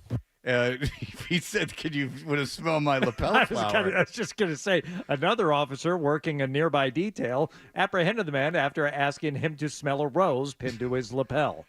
He said, "Oh no, it seems like you stepped in vomit," and then picked it up, and it was just made of rubber. One person who witnessed the confrontation but didn't want to go on camera says, "Had X-rays glasses on." He's not even sure that the suspect knew the mayor was even involved in all of this. And then he said, "Put your finger in here," and they were trapped. And was definitely clear that he gave him a stick of gum that was far too hot. That's not mint at all. The man's escape was thwarted when he accidentally stepped on a rake. He was drinking his lemonade and noticed one of the ice cubes contained a fly. And John's getting very nostalgic. This was his act. That the person did not know that the security person protecting the mayor was actually a San Jose police officer. Well, they've really jazzed that story up. Good on the San Jose News. That's good. That's good. Absolutely. All right, we will be back. We will get into our Bruins again. Also, the worst 3.5 minutes of televised sports analysis. It's up there with ever for a big game. Yeah. That occurred last night as well. We will return. Sports Hub headlines. Bruins beat the Panthers in Florida last night 2-1. Charlie McAvoy a goal and an assist. Jeremy Swayman 28 saves in net. Bruins have pushed this series to a Game 6. It'll be Friday night at TD Garden. That building will be used for basketball tonight as the Celtics host Cleveland. They lead 3-1. Grandy and Max had the pregame at 6:30 and the tip-off at just after 7 on the BetMGM 98.5, the Sports Hub Celtics Radio Network. The NFL will announce its regular season schedule tonight. But as of this hour, we have the first Patriots game that has been announced. They will play Jacksonville at Wembley Stadium in London Sunday morning, October 20th. And the Red Sox beat Tampa Bay 5-4 in 12 innings at Fenway Park last night. Tanner Houck will face the Rays this evening. Sports Hub headlines are brought to you by Eastern Maternity. Are you expecting mom? Did you know that breast pumps and other maternity products are covered by insurance? Eastern Maternity, don't do that. Eastern Maternity of New England has them in stock and ready to ship to you, DA. Shop online now at easternmaternity.com. Get this website, easternmaternity.com. Pump and dump. I'm John Wallach on Boston's Home for Sports. That's a visual I didn't need.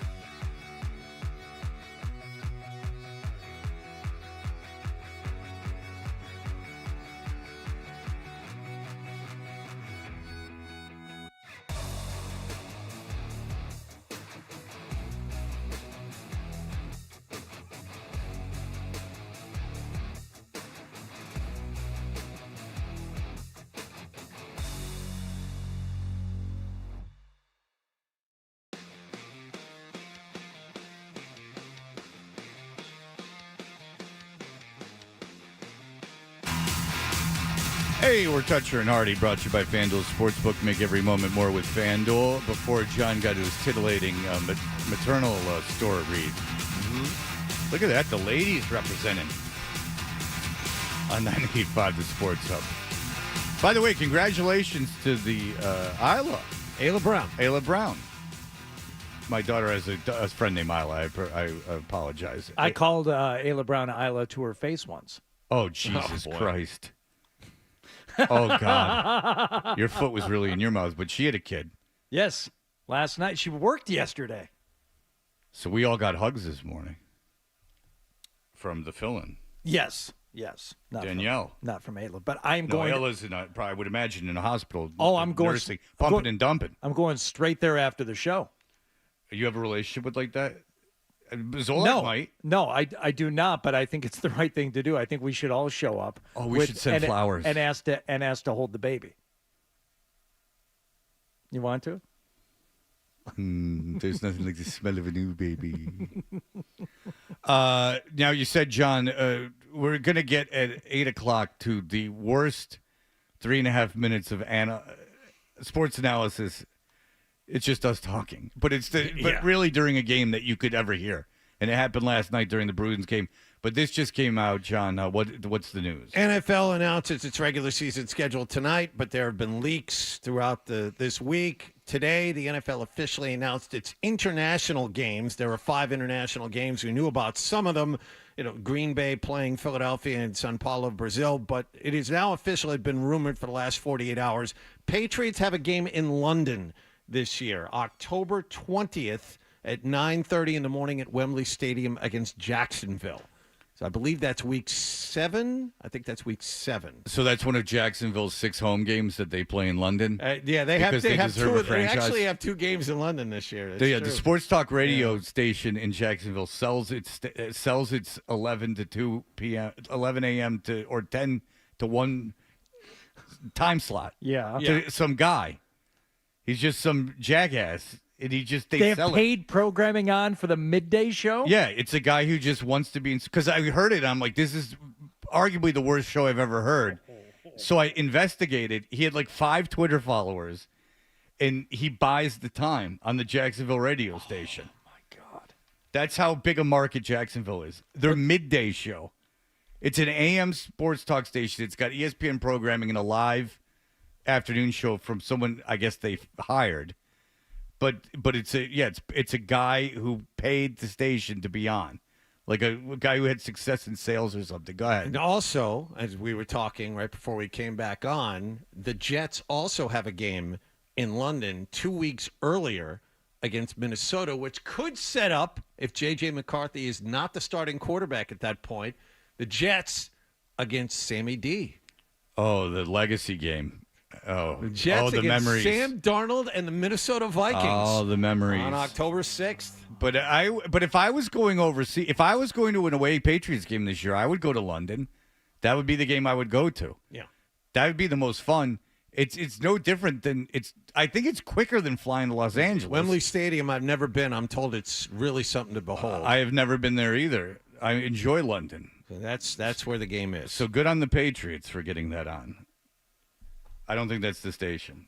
Okay, because I'm looking at that station right now, 1010XL. No, that's Jack Sports Radio. No, they have a show on from noon to 2 called Helmets and Heels.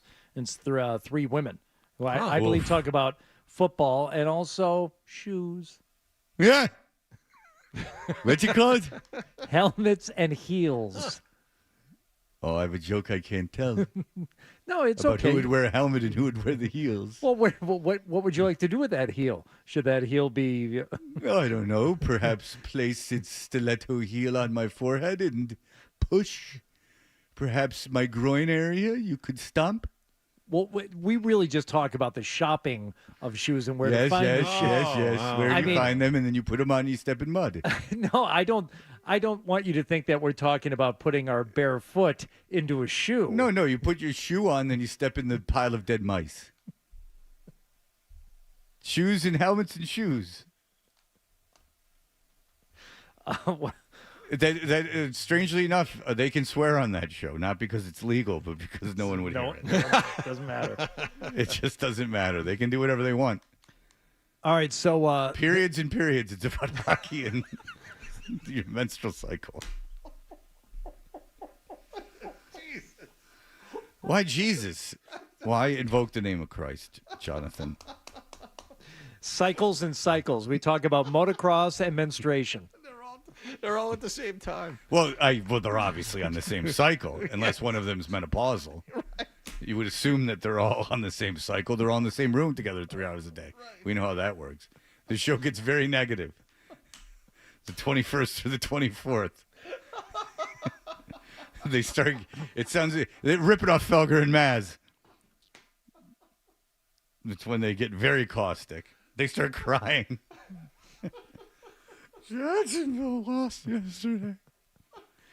Welcome to the baseball show, RBIs and UTIs, with our 3 hosts. We'll not only talk about the local 9, but also how to avoid urinary tract infections. Where they spend Friday night. All right, very good. There you have it. Patriots are going to London. Yeah, all right, Wembley Stadium. When we come back, the worst analysis. I mean, if you were watching the game last night, it was a real. The NHL is just a real second-tier product. Not what's on the ice, but everything surrounding it is just second-tier. That's the only way to put it. It's all very Canadian. We will have that for you in just a moment. Stay tuned for more Toucher and Hardy on the Sports Hub. Are you struggling with...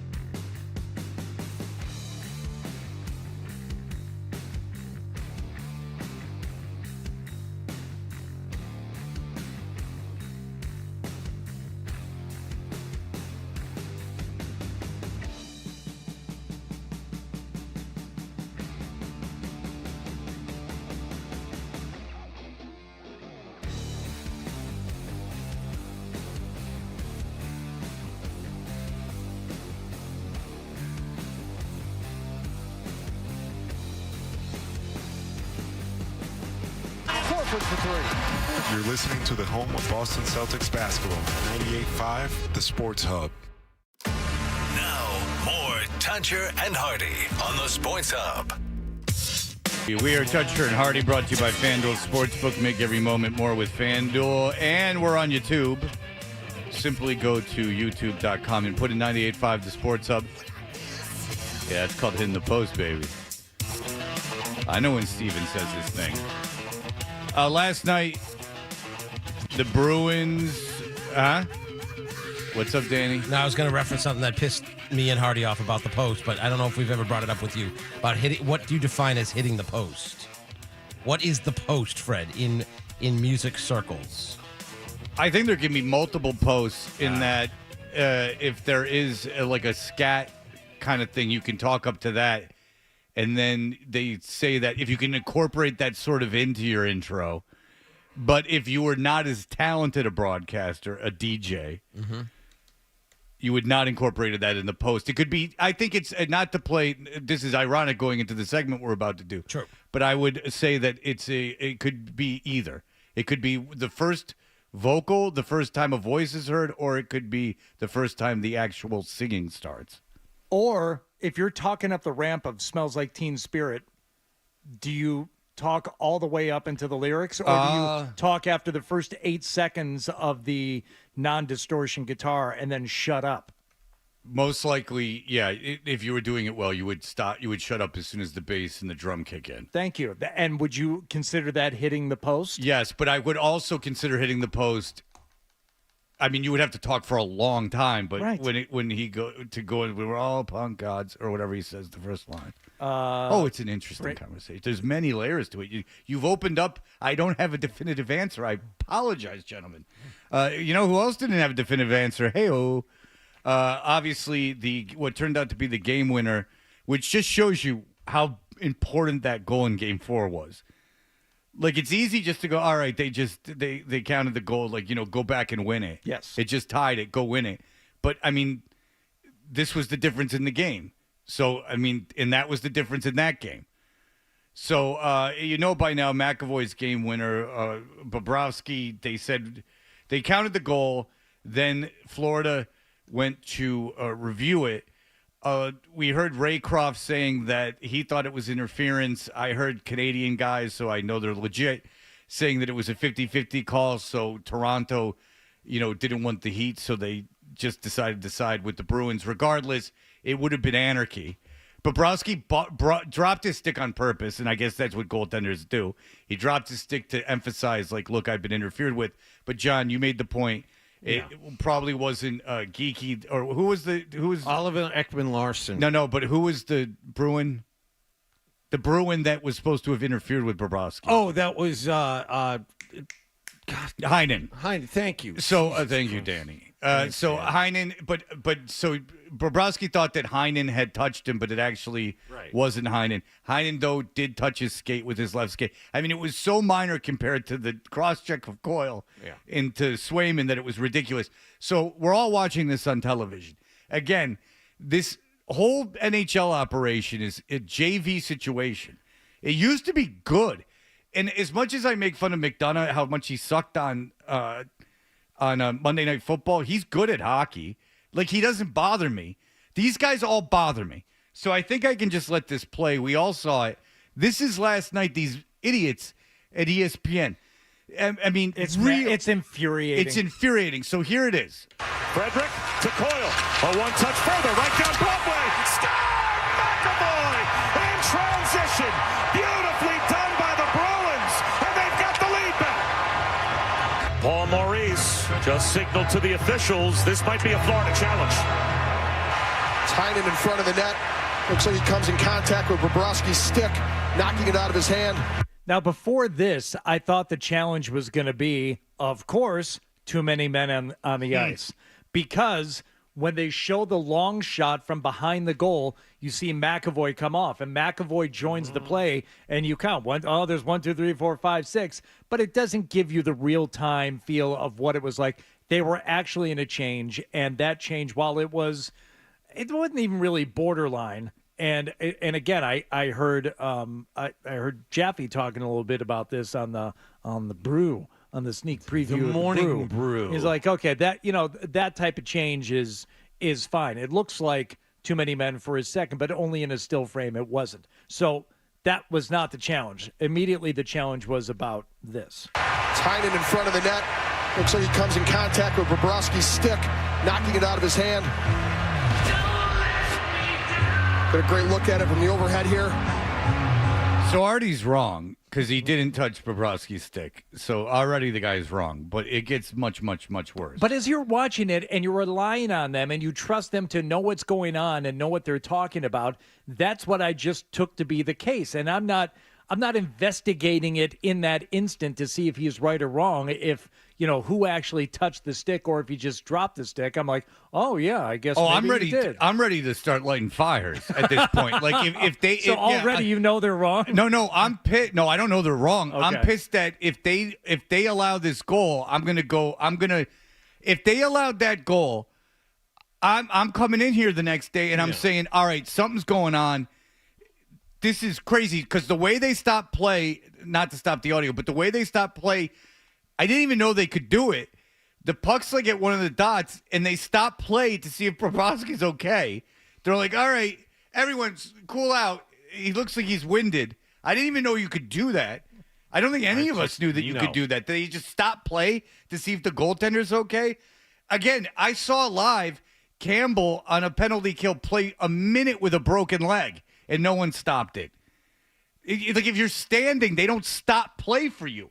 And the goaltender's the least likely guy to exasperate an injury because he's not going to get touched unless he's Swayman. Well, Dave Jackson, this is not the first time we've had a challenge for goaltender interference, and this is another big call in this series. Your thoughts? All right, so they go to a ostensibly a rules expert. Yes.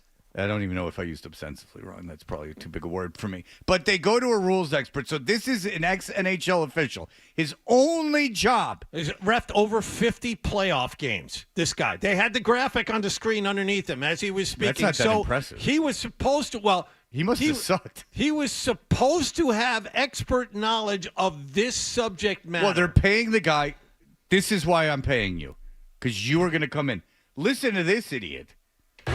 First of all, he looks like he's about to crap his pants. He looks like he doesn't want to be on TV. His eyes are as big as saucers. I mean, he's really legitimately nervous. Yes. And all he has to do is just say words. It's not a big deal, dummy. Like, you're not making a speech. You're not. It's Wendy. Just go babble about your garbage. We're not asking you to solve math equations. This is something that you have knowledge of, that you've experienced in your life, that you can draw on. You know what? I don't think he was watching the game. Listen to this and tell me if you're positive he was watching the game. Because he's not with them, mind you. He's not in the arena. But what else would he be doing? I don't know. Masturbating? I don't know what else he was doing. I'm serious. Like, I don't know. No game running concurrently to this. Looking at his phone? I don't know, John. Not paying attention. Okay. Like, he took his eyes off the game for 5 minutes and then went to take a leak. I don't know. Okay. Well, it is, and I don't want to seem like I'm hedging. I'm going to say it again. I don't want to seem like I'm hedging. Well, how about don't hedge? It's the only reason they're going to you. Don't hedge. What is your rule? What is your ruling if you're the official? I don't mean to hedge. He's buying time, Jonathan. Yes. He's buying time. He is. He didn't watch it. Well, it is, and I don't want to seem like I'm hedging. I'm going to say it again. This is a judgment call. But as I've always said, the crease is three-dimensional. It goes up to the top of the crossbar. Goaltender, his feet, he's breaking the plane with his stick.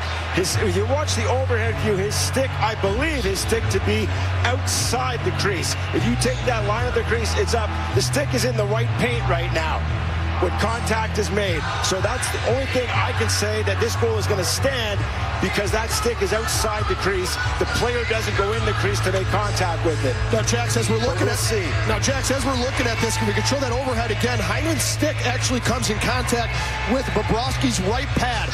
As he comes in here, it's going to push out Bobrovsky's right pad right there. And that causes him to lose balance there. And that right foot being in the crease, as you just explained, at the time of contact, I wonder if that's enough to overturn it. I stand corrected, Callie. All right, so what is I heard that and I immediately texted everyone. I go, grab this audio. Who's this prick? I stand corrected. By the way, none of that happened. The thing the guy just said, Heinen didn't touched his pad and knocked him off balance. Their skates clicked. He didn't touch his pad. He didn't touch his pad, and you watch this several times, not only in the moment, which. Oh, yeah, he dropped his stick. Watching it again, and these guys are supposed to know they're watching the first time. He drops his stick because he drops his stick. It's a completely intentional act, which is what goalies do when they're trying to sell some type of interference. They drop the stick. He didn't touch it. He does nothing. Heinen does nothing to make him lose the stick. Nothing. This should be a teaching moment. You know what they should have done is they should have gone, you know what, guys, let's watch it. Instead of just talking while they watched it in real time, they should have said, let's take a look at it. Because we're all seeing it, right?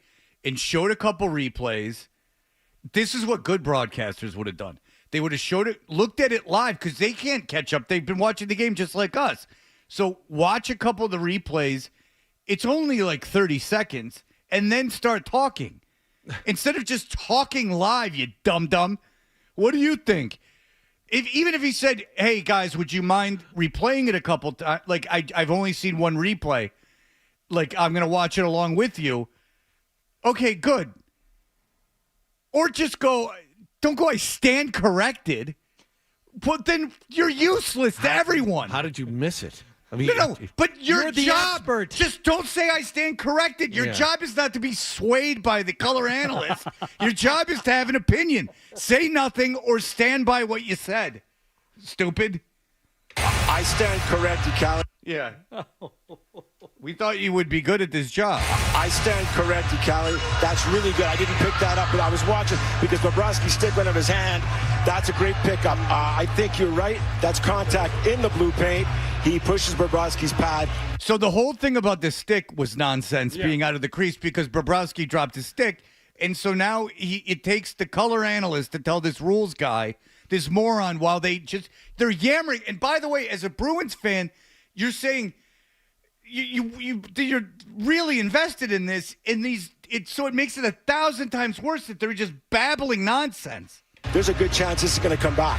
Almost a chain reaction, right, Jax? Contact in the blue paint causes Bobrovsky to be off balance. He's never off balance. It's such a lie. It's so sad. They're just like spewing nonsense now. He's not off balance. Yeah, there's a little bit of contact, but whether or not Heinen is forced into the contact by the defensive player, his ability to play his position. It didn't. It not didn't at all. It How did about not. I It played didn't. 2 minutes of this and they've changed their story 3 times. Like, it's the sticks out of the crease. No, he hit his pad. Now you'll see that he knocked him out. Like, they're changing the story. Just shut up. Shut up. Shut up and let me watch it then. Let me watch it. Right. Just let the visuals do the talking. Yeah. Pretend if you guys we're are all going to deaf, change your dum-dum. mind 3 times and change your mind about what we should be looking at, then it's too much, and they're going to have this thing decided before you guys get done figuring out and changing your minds, even though you're supposed to be the expert. Oh, that's a good point. I didn't see that. Part of maybe why he loses control of his stick when he's checked by Heinen again. That's absolutely right. That's absolutely right. And this comes down to a judgment, but I like what Callie says there. And by the way, Raycroft was just definitive. Like Andrew Raycroft, if he was doing Nesson, would have said, yeah, he dropped his stick. Like, he was definitive about it. Like, anyone who knew anything apparently about goaltending would have said, yeah, he just dropped his stick. That's what you do in that situation. You drop your stick. But these 3 scientists don't know that. It's their job to know that, not my job. Bobrovsky appears to change the angle of his head by an inch or 2, and by the time the shot is released, there's no one in the crease, including Bobrovsky. He's come out of the crease to cut down the angle. Heinen's gone at that point. There's nobody in there. Regardless if it was goaltender interference or not, and it depends who you ask. It doesn't matter. They couldn't have done that to the Bruins. But my point is that these guys don't know their head from a hole in the ground. Yeah. We look at where does the contact occur. And as I said, I focus on the stick, but you do see it push on the pad. You see his leg go down. We'll see if Toronto agrees. Yeah, because you see a stick come out, so automatically you're looking at the stick, seeing how that came out. And now he's justifying his stupidity. Now he's justifying how the stick came out. He dropped it. No, but he's justifying why he said what he said. Yes. So now he's just backpedaling and justifying his dumb take that got overturned. The first 30 or 45 seconds of what you said was utterly useless, proven to be wrong in about a 5-second span. So now you have to go back and say, well, I said all these things because I was ignorant in the first place. Instead of just shutting up. To me, it doesn't look like Ekman Larson pushes him in there. Hyman goes in on his own. Here we go, here for the call. After review, there's no goaltender interference. We have a goal.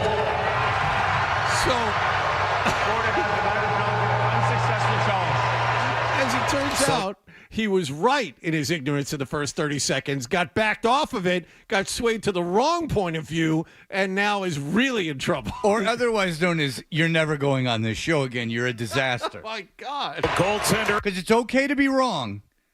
It's not okay to be both. So goaltender interference, the challenge denied. And I'm sure Bruins fans are probably thinking turnabout's fair play as a goal allowed to stand for the Bruins. That's not what we're Panthers thinking fans at not all. happy, and on top of that, it'll be a Bruins power play. That's not what we're thinking at all. We're thinking we're never going to get the last 3 minutes of our life back after listening to you guys. Well, the analysis is the Bruins fans are happy and the Florida fans aren't happy. That's the analysis. Yeah, stand corrected. We got that one wrong, but as Jack said, it's a judgment call, and they determined that there was no contact there, and Bobrovsky was able to make a save. And just because they came to a different decision than you would have doesn't mean that they're right. I don't think you're wrong. Oh, my God, shut up. God, I hate them. Just because. Now, don't feel bad about yourself, little guy. You're okay. Just because they said it doesn't mean you were wrong. Well, it does mean you're wrong. You're wrong. You're wrong. And not only are you wrong, the guy you hired to be the rules analysis was right and then got tricked by your dumbass, and now he's even dumber than you. Oh, I hope they get to call the game on Friday night. That'd be fun. It's just a parade of, like, broadcasting students. And the league office is horrible. Everyone's horrible. It's just an inferior product. They came to a different decision than you would have doesn't mean that they're right. I don't think you're wrong. I don't think that's the first time that's happened with goaltender interference. I don't get that either. I don't get the joke. I don't get any of it. It's just really bad. I hate them. I hate them. I'm picking up on that. Yeah, I don't like them. Yeah. But there's not one Bruins fan listening that didn't hate that. There's not one. I am often not confident in myself. I am confident in saying It's frustrating as hell that to watch. everyone watching that game was like, shut up. Everyone watching the game and invested in the game was like, oh my God, shut up. Just shut up. Shut up. Because then when the ref came out and said there's no, I thought, oh, he's going to say there's no goal. That's what I thought too. But he said, there's no interference. Just shut up. Just shut up the whole time. During that time, I would text Hardy, Mike, and Nick. During that. I never do that. Yeah. And Because normally you don't have time. But I was so infuriated that I was just like, oh, my God, this is – because I was by myself. I'm like, everyone's got to be feeling this way. So there you go. The Bruins now, Friday night, unfortunately for us, Friday night. It would be nice if it was Thursday night, but it's Friday night. Maybe the rest will do them good. It's good news for the Bruins. Just real quick, I know we got to go to Gorman, but not having Brad Marchand, extra day. Yeah, maybe get him back out there. Yeah. So yeah, it is good for the team. It's bad for us. I would prefer it on Thursday night so we could talk about it the next day, but why not? Mike Gorman, our good friend, will join us as he will continue to join us in just a moment.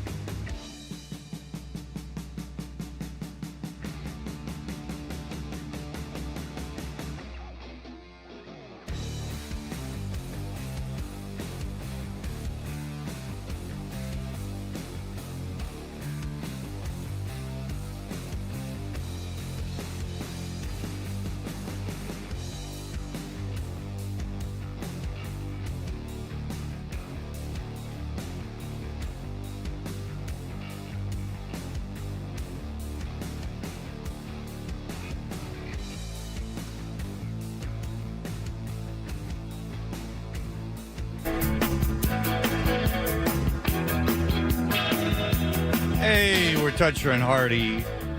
Mike Gorman is the iconic voice of the Boston Celtics.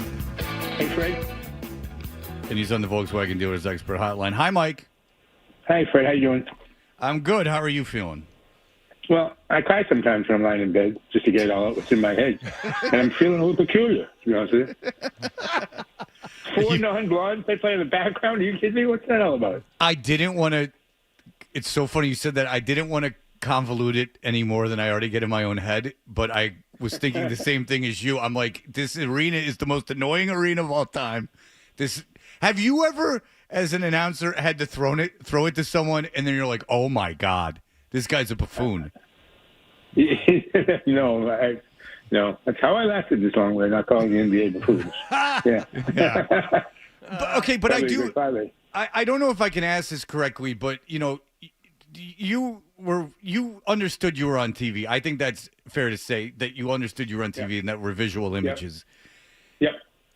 Is it okay to not talk and take something in before you speak? Does that make any sense to you?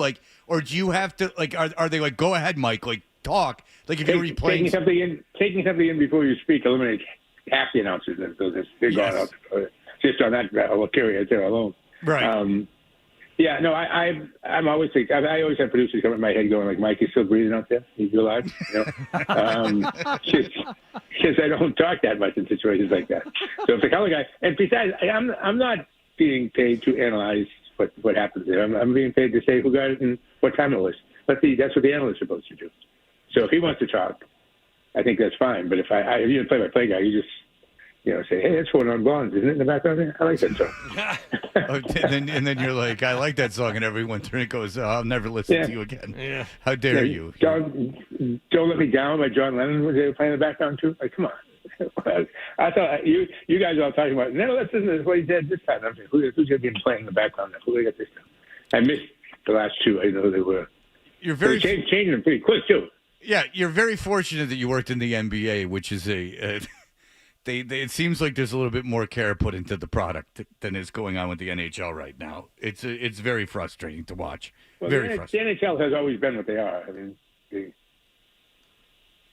I think they have everybody. Yeah. It's Canadian. It's Second City. It's Canadian. It's like a half measured version of the U.S. They're polite, but in a AAA kind of way. Exactly, like a minor league situation. Yes. You like it, eh? Yeah. Okay. Yeah. That was the thing, Mike. You got to witness, I think, one of the great success stories of marketing a league and a sport, because they took the NBA from being, really second-tier status behind, baseball and football, and through just, some really smart people and realizing what was going to work, what was going to grab people's attention, and whether it was... Yeah, they were smart enough to put Bird and Magic on Sunday afternoons. Yes, focusing on the stars and making these guys, at some points, bigger than the game, for better or worse. It drew attention to the game, and then they went about marketing the game and highlighting things, from their All-Star Weekend and the dunk contest and all this stuff to really bringing it to the next level, to where you could argue there's periods of time, throughout the last 20, 30 years where it was, basketball rivaling football at times in terms of what people were paying attention to and what kids were certainly focused in on. And that wasn't always the case. Yeah, I think the Celtics are going over to, Dubai maybe? Really? Next year. Somebody is. Yeah, the league is sending somebody over. Wow. I'm guessing it'll be the Celtics, because they'll probably be at least an NBA finalist, if not the NBA champ. So, I heard that's where they were going. I don't know if it's true. I don't want to be breaking anything here. I don't know. Would you want to make that trip if they went to Dubai? Nothing. I know nothing. All right, Mike. But I don't think. What are they going to do to you now? I mean, really? No. You got that right, Fred. I have it in front of me. You've operated most of your career that way, Fred. Most of my life that way. No. You're not breaking any news. The Celtics in Denver, 2 exhibition games in October. What if they asked you to go to Dubai? Would you be like, go screw, or would you want to go? I kind of want to go. I'd like to see it. Okay. It's a long trip. Yeah, it is. Yeah, but if you're on the team, I don't. Would they? I guess they would get a big international plane for the gang. I would think they would. I would think they would for that kind of a trip. I think everybody wants to go, and if you can go under the umbrella of the NBA, that's a better way to go than traveling under your own umbrella. Oh, yeah. I mean, imagine they would treat you rather well too. All right. I'm sure they will. But forget the game tonight, kid.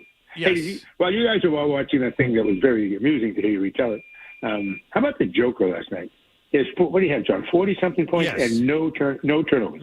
And he had a double-double with assists as well. And what's happened with him and Minnesota, who frustrated him for the first two games, and Fred and I have talked about this, he figured out something after game 2 when they were down, and Denver has dominated them ever since.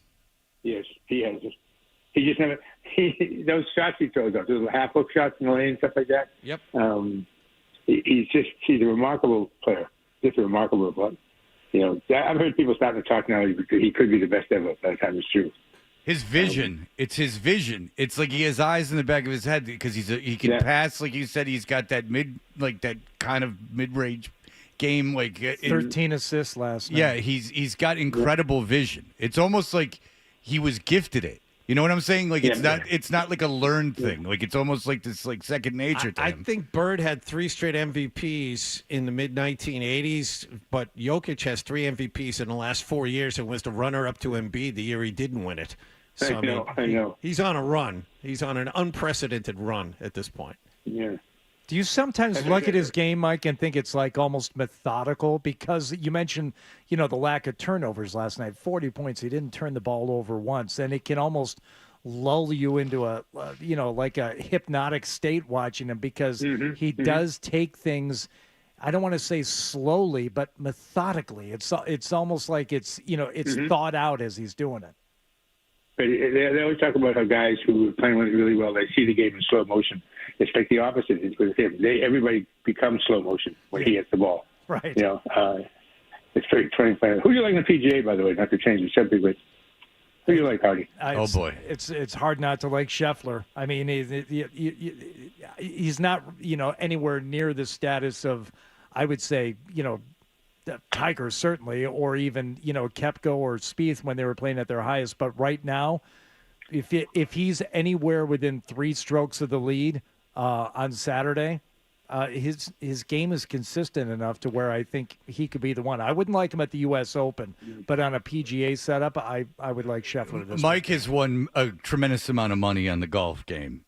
Gambling, so he's looking for something a little more of a long shot from you, Hardy. Yeah, that's what I was looking for. Yeah, Mike made a bet at one point that paid off very handsomely to the point where I'm not usually impressed. But Mike won a sum of money that's like a nice little thing. But so he's looking for. He doesn't want the favorite here. Well, what did you? I'm not asking how much you won. Who did you bet? What was the tournament? Brian, at the whatchamacallit last year, British Open. Oh, we were just talking about that earlier. You bet Brian Harmon last year? I did. I was all over Brian Harmon. Wow.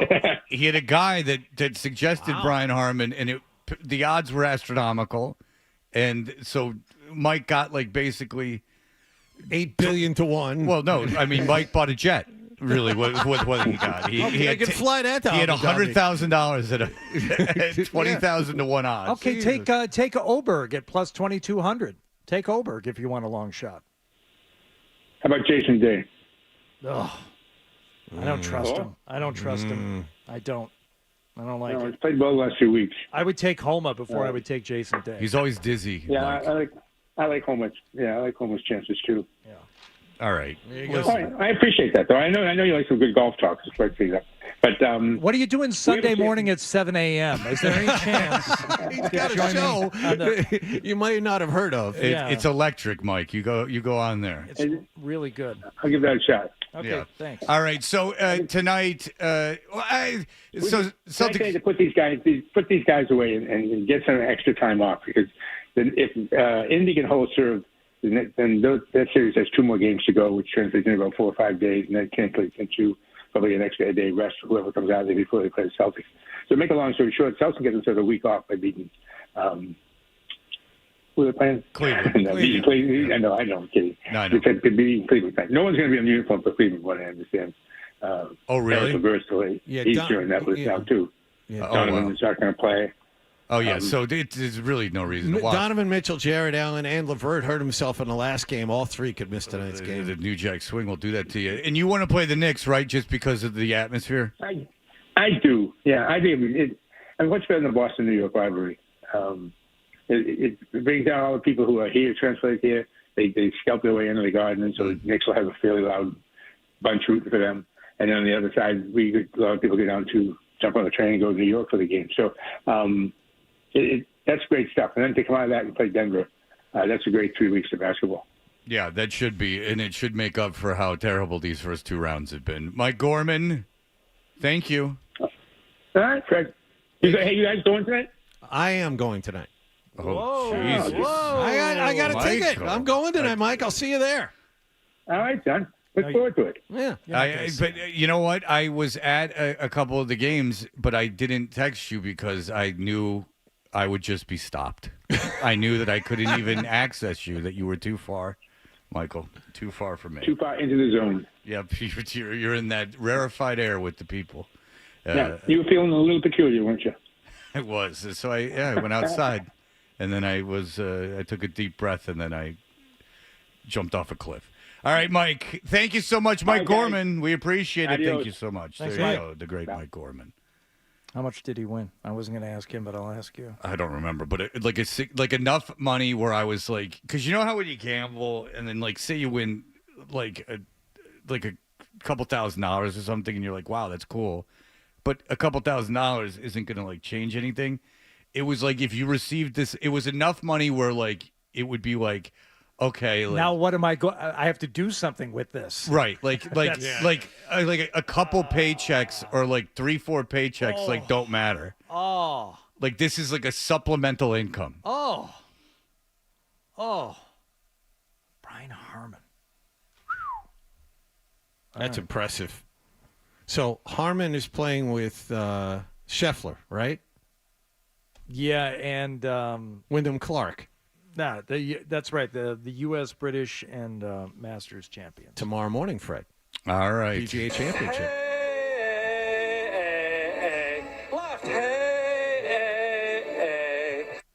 Oh, boy. I didn't do that.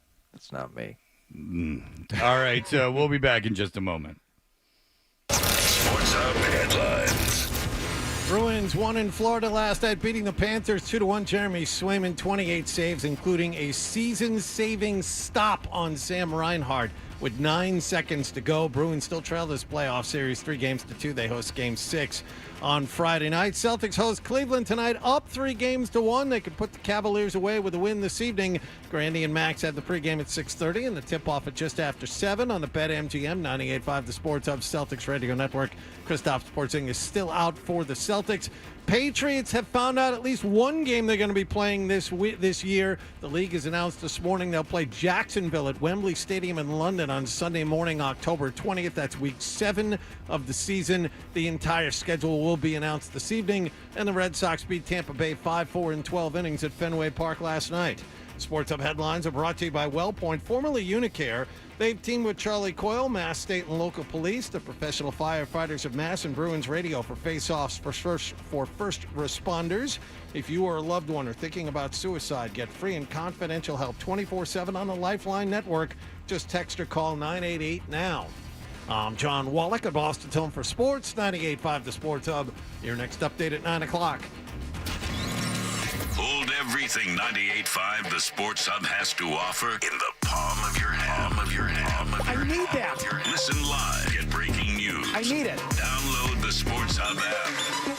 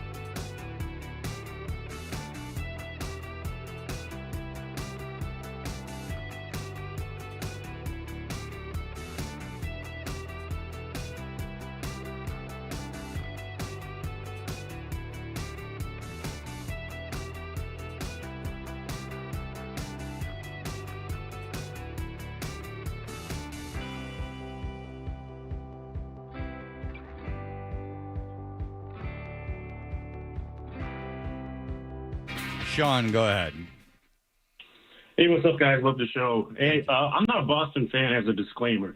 I'm from Detroit, so I'm here as a transplant. I've been reffing since I was 18. I'm in my 40s now. Just want to give some perspective. I'm a fan of hockey. I have to say, I turned the game off after the first period last night because of two plays. The first play was the penalty that was called, the hooking penalty along the boards called against Boston. That is an every play in hockey, especially in the playoffs. And for them to call that penalty, I'm like, oh my gosh. Okay, this is, to people's conspiracy theories, what's going on here? But the second play was even more egregious. And you guys referenced it a little bit, is when they had Boston was on the attack. They had it in the slot. They shot it at Bobrovsky. It hit him in like his right shoulder, potentially his neck, head area. Puck plopped up, went right over to the circle, and they blew it dead. And as an official, I'm looking at that. I'm like, what's going on? Is there something behind the play? Something thrown on the ice? Somebody run on the ice? For them to blow that play down is absurd. I mean, when I'm repping kids and stuff, if a kid goes down with a head injury, that's different. You see blood on the ice from a fall, especially to the leg, you're blowing it down. But to have them blow that was insane. It just I just shut it off at that point because these refs, this whole series has been atrocious, and they have a bigger problem. And Boston fans don't want to hear this. That goal in the third period should not have been allowed. Right. So that's what Raycroft thought too, is that the goal shouldn't be allowed. But I have not seen a hockey game before stopped to check on if the goaltender was okay because he got hit in the shoulder. Normally, we only get the I play the game, so I see these players' calls when it's about hockey. Now we're getting the officiating. But I am interested in just anyone who's officiated at any level because I was completely unaware that they stopped the game to check to see if the goaltender has got a boo-boo. It wasn't his head. He didn't fall prone to the ice. He didn't get slit. His throat didn't get slit by a skate blade. He was just standing there. I thought his mask might have fallen apart, which I'm not loving either. This goaltender, their equipment issues. Yeah, Samsonov in the first round actually shook his helmet off and dropped it to the ice in order to get play to stop. Yeah, and I think that they should just if you're going to do that, then you play without a helmet. Let's go old school. Let's go 1930 on you. You play without a helmet now for a little while. And then just have people just line up 95-mile-an-hour slap shots at you. Try that on for size. Yeah, take that, kid. So it is, the officiating, if they would have not, and he's not the first guy to say, Raycroft, I heard, was talking about how he thought that was goaltender interference too. But you can't do it.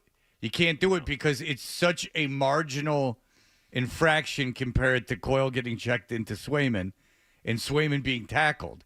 Cross-check. There's so many things going on in that play. Regardless of the rules of replay or whatever, it was a penalty into a penalty, and they didn't overturn it. There was no way. If they would have disallowed that goal, it would have been insane. Insane. Especially after all this garbage that's been going on. He's talking about the Coyle hooking against Ekblad. Well, the embellishing that was going on by Florida. The game 4, the entire game 4. It's all odd. Very odd. If they, in a vacuum, had they disallowed that goal, I wouldn't have liked it.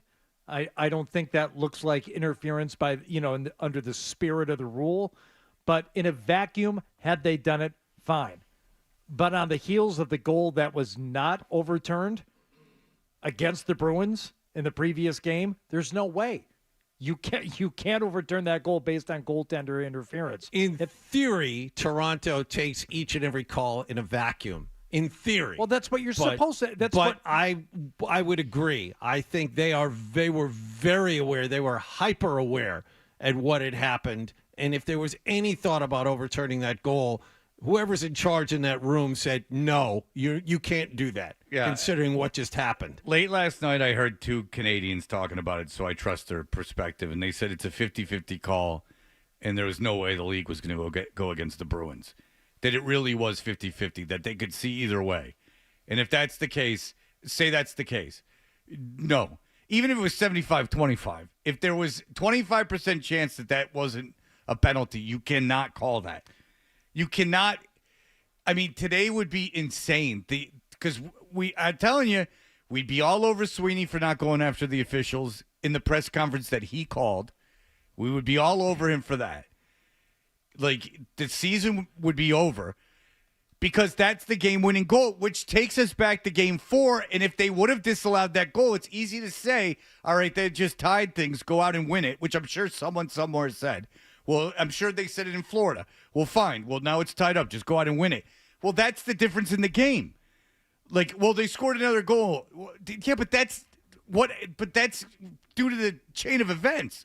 You can't say that that's a goal, that the third goal gets ever scored. I mean, that game could end up being 2-1 like last night. It just shows this series could be 3-2 Boston, going back to the Garden. Like, that was a really bad call. And if this in any way made up for that, then justice was served. I mean, think about it, man. That could have been the difference in the series. If they disallowed that goal last night, that's 2 goals. That's a 2-game swing, and the season's over. You can't do that. Come on. At the end of the day, it's entertainment. You can't do that. And I'm sorry for all these goalies who seem to be in unison saying, yeah, they were both goaltender interference, and that one last night, that's goaltender interference, or even 50-50. I just wanted to explain to me, at what point does Heinen interfere with Bobrovsky? When their skates touch? I'm not even convinced their skates touch now. I've looked at this thing 100 times now. I don't see much. It's like goalies are like you two with the tough skins. You defend your own. And the only point where you can very good. You can really say that contact is made. That's at the point where Heinen is pushed into his right arm, and their shoulders touch a little bit, but it's not enough. Look, man, I don't know. All I know is he couldn't have done it. Like, unless it was egregious, you couldn't have done it. If there was even a 25% chance, you can't do it. And that's just the way it is. And now there's at least a series. Now we don't have to. It's coming back to Boston on Friday, and that's what we won. All right. I just want to read one email. Speaking of tough skins, since I brought it up. Alex says, hey, Fred, I think we might be bearing the lead here, John, wearing tough skins. With a Z. Is that true that it's spelled with a Z? No. Okay. If he truly did wear them up until ages 7 or 8, like he said, then he actually renounced his faith decades before marrying Goyam.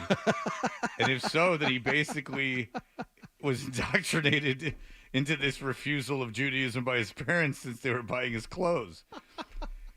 Maybe it's not really his fault that he's wandering faithless. Food for thought. Again, I contend that a Jewish kid in Lexington was not wearing tough skins.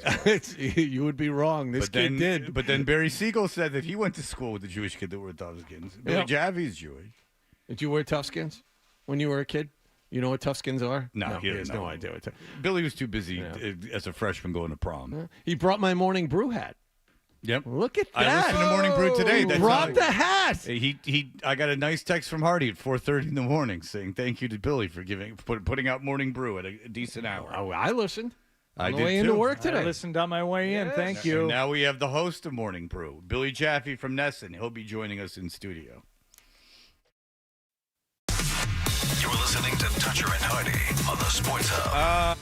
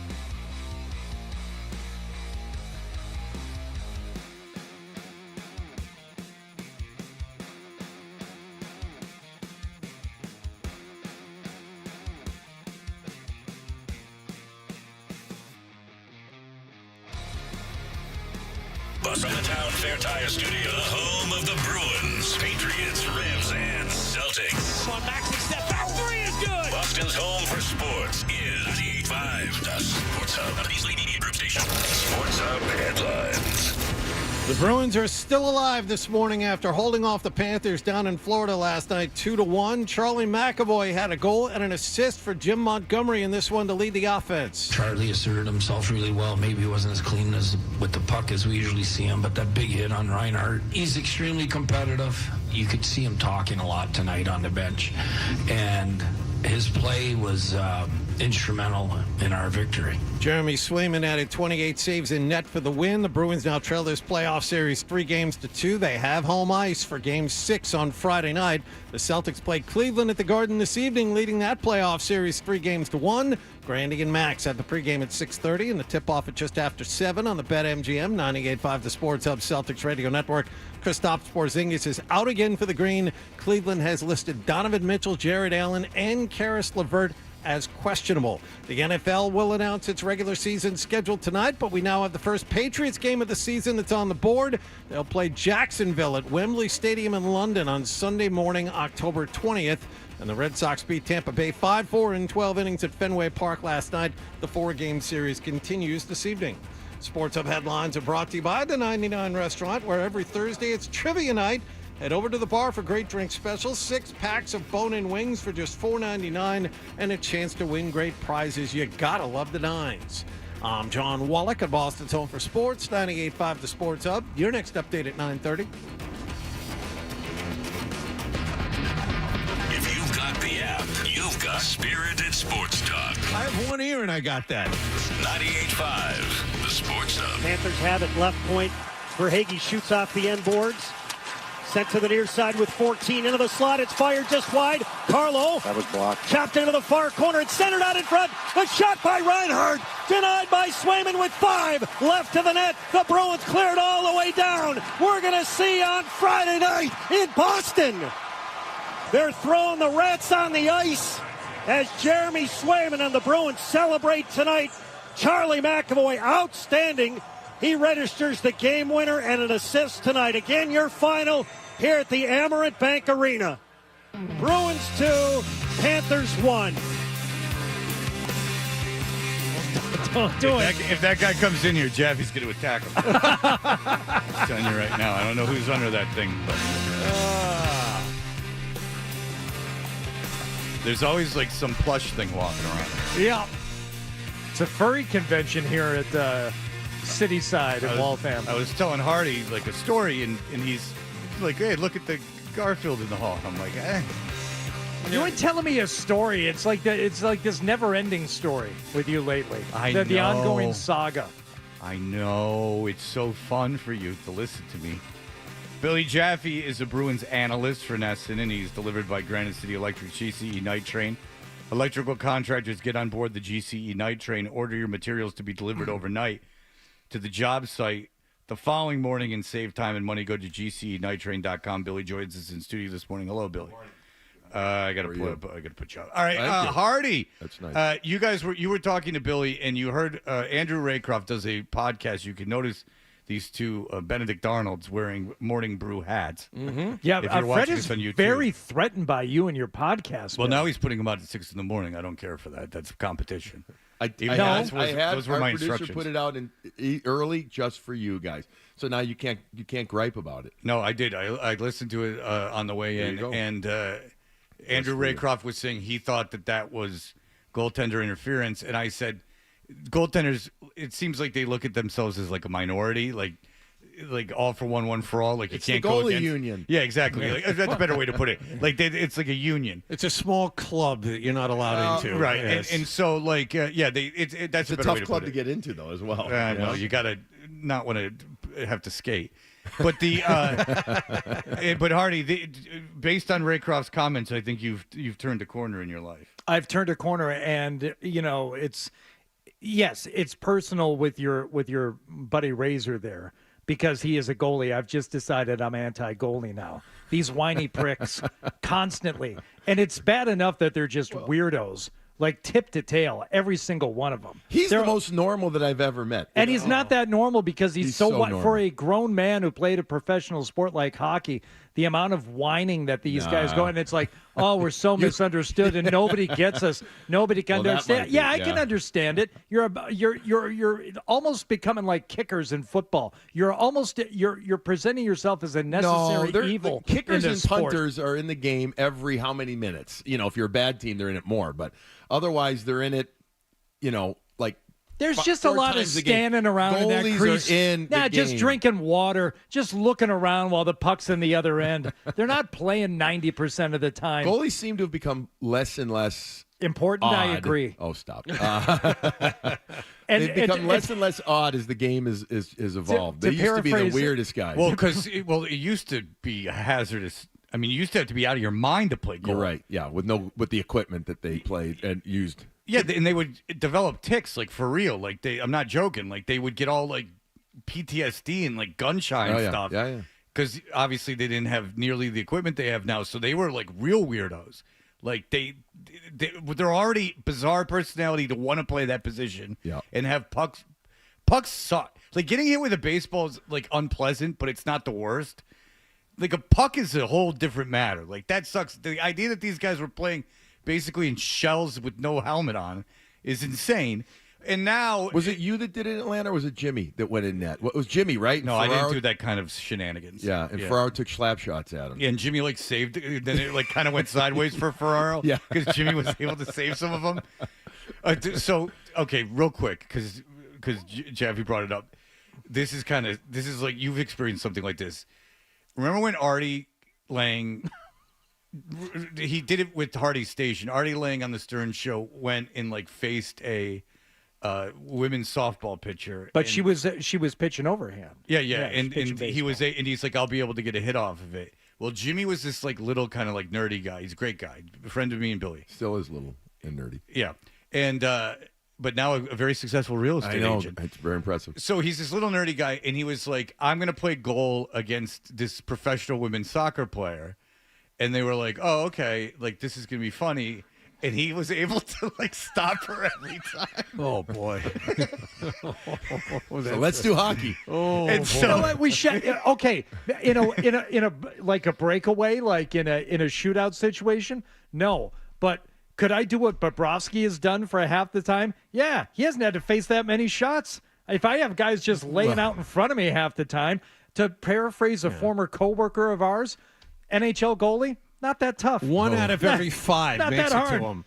Well, it's a great point that you guys bring up, because last night was the best. If you're into the analytics, and I don't want to dive into them too much because I am, but I'm not. The Bruins got more shots through. Last early. Now it was Early, only too. 2-1, right, very much so early. Yeah. But it was only a 2-1 score. But to your point about like too many have not gotten through against Bobrovsky, and last night they didn't. And I got to say, Bobrovsky made some pretty damn good saves last night. Now, would I have loved to have seen? All of us would have loved to have seen them utilize the high shot more instead of low. Easier said than done. But there were 3 or 4 opportunities where guys were within, let's call it 12 feet, 12 feet, where they get lower shots off. And Bobrovsky is incredibly aggressive.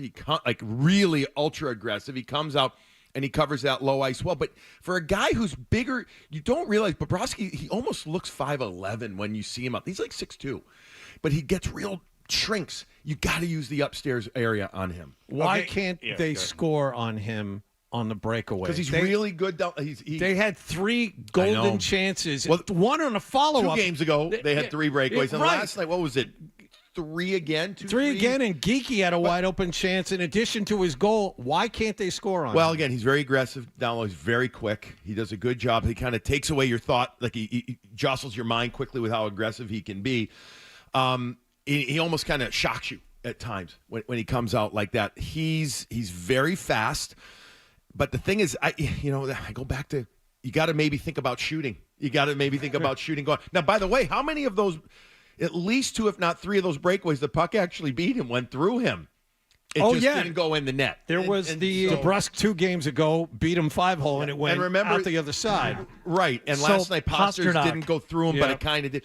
let's not forget, we've seen 2 goals. One was a breakaway, the Brazeau one, where he brought the puck across his body in game 1, right? Remember how he extended it there? Yep. Well, Geekie did basically the same thing last night. It wasn't a breakaway, but it was an area, and he's a right shot, too. He brought it across his body, and Bobrovsky couldn't get there. But on the breakaway, it's just a different vibe, Johnny. It just is, and I'd love to see maybe 1 or 2 of the guys try and shoot it higher. Well, your co-host on the Morning Brew with Billy Jaffe and Polly Pissy Pants, he made a good point last night on the special early release that we got. He said Bobrovsky, he says he really sells out. He comes out, he does, and cuts down the angle, and it's very difficult to score on him with that first shot. Now, if you can get the rebound, well, that would be but okay. Frederick did get the rebound on one, and I will give again Bobrovsky credit. But how much of that is Frederick just going straight into the pad with it instead of elevating the in a rebound perfect chance? world? In a perfect world, you elevate it more. That's a bang bang play. I understand. Look, I can't do it. Yeah. But I will. But now I will you've seen guys do it. I'll I get give it. credit to Yeah. Polly for bringing that up and pointing that out last night. When he comes out like that and he's going to be that aggressive on the breakaway, it's going to be tough to score on him the first time. Yeah, he is. He's very good in that regard. It's funny. I did last year working through the final, watching them. Bobrovsky again. I watched from the ringside numerous times, and he's so quick and so aggressive, but yet again he's moving his head an awful lot, real low, and I always was surprised at how smaller he looked. And then you go talk to him in the locker room. He's not giant, he's not a 6'5" goalie, but he's bigger than what he plays. And so I think that's something that the Bruins, if they get a little more traffic and if they can elevate the puck, like McAvoy did. Yeah, you talked about the shots early on. It was what? 6-1, I think, shots. But when they scored that first goal, they outshot him 11-3 in the first period. How important is shots? Well, considering they were getting none, very important. They're the approach that this team has had. I know you guys have. I'm sure you've talked about it. No, quality over quantity. Well, that's kind of what I'm asking. Exactly. So there's different mindsets. Florida is a quantity team. Carolina is a quantity shot type team from everywhere. Shots with purpose. You have to, instead of just shots with the fling it on net are different. Last night, Fred, to answer your question directly, shots were very important because I do think it makes a statement that the Bruins. First of all, the Bruins got pucks through to what you guys were talking about. Yeah. 2, so the things that I like best about why they got their shots is they handled forecheck pressure much better last night, okay, with their decision. And 2, when they got opportunities, a lot of them were calculated or started with down low. And, the goal was down. The Bruins, if you play Florida straight up, okay, they're not like gigantic defensemen, but what they are really good at is they'll get below you, and then the forward, and this is so important on back check and swarming defense, the forward does a great high position on the back check, meaning they seal you off. And then you can't get pucks through. But the Bruins did a really good job of getting it deeper and then creating, and if it was off the rush, they didn't wait for that back checker to get to him. They got it through, and then they got, whether it was a cycle, an opportunity. That first goal was all about a change of point of attack, meaning Geekie starts on the right side, rims it all the way around. McAvoy with a really good seal play along the wall to keep it. But then what do? They get it low again by reversing the puck or putting the puck again below the goal line. I don't know if you saw the breakdown, but the shoulder check by Jake DeBrusk, who had a really good game. The shoulder check on the defenseman before the puck got to him sets up where he wants to go. That he had 2 players coming in. One was the low player in Geekie, who Verhaeghe, if I remember correctly, didn't stay with. Right. And then there was Pasternak, who was the second layer, who was lock and loaded, had it up. He was more covered. Verhaeghe doesn't take Geekie enough. Geekie gets free. But it was all about the point of attack change and DeBrusk shoulder checking before he got the puck. And Raycroft made the point that Geekie dangles a little bit there, and he brings it across his body to separate himself from Bobrovsky's aggressiveness. And in Raycroft, I heard in your podcast talking about how that should be the strategy on these breakaways and everything, is that you got to he said don't he's like, don't shoot right away, kind of Don't dangle. go. Well, don't shoot 5-hole right away. Right.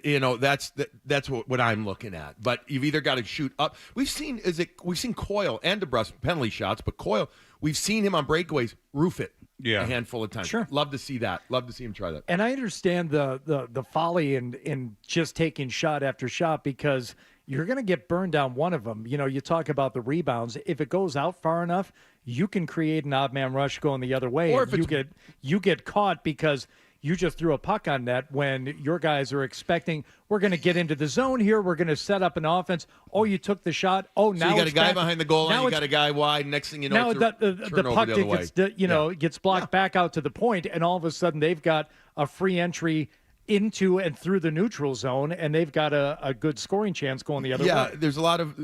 I've never said any shot on goal is a good one. You always hear an analyst say that when somebody shoots it from 48 feet, it goes through a few bodies, or seeing eye shot and gets in. Any shot's a good shot. I don't always agree with that because especially off-angle shots that either get blocked or miss the net, miss the net, and they carry them out the other way, and it leads to transition the other way. I don't always think is a good shot. All right, Billy Jaffe is in studio since it's the playoffs. He has to stay for another break. It's You have to. contractually obligated. I'm so happy to. And also, they wore these hats, so now you're really that's worth nice. a break. Yeah. the trucker hats. Why don't you put your hat on? He won't do I it. didn't know he gave me one. Oh, stop it. I didn't know you gave me one. I honestly didn't know you gave me one. I swear to God. Would you be willing to put it on right now? No, because you ever see the Minor Threat album with the Black Sheep? Oh, I see what you're doing. Look at you. Got to be different. I ain't gonna conform, baby. He's strong. He's staying Can't strong. take trade-off. Even though your good friend who brought you a hat is sitting right here. Oh, I'd we love are for you good to put friends. it on. We're good friends. And you two were Toughskins, and that's why you got those hats on. Those are the Toughskins of hats. Do you want to tease? I mean, I know Jaffe is staying, but Garfield is going to be in studio here in a moment. I'm too. excited about that. Then it will be the third station to have. Put the Garfield. lasagna away, Fred. He gets tempted. I don't get the reference. What is it, Monday? Oh, boy. I don't like those. All right, we'll be back with Billy Jaffe. You're listening to Toucher and Hardy on the Sports Hub. You've heard about...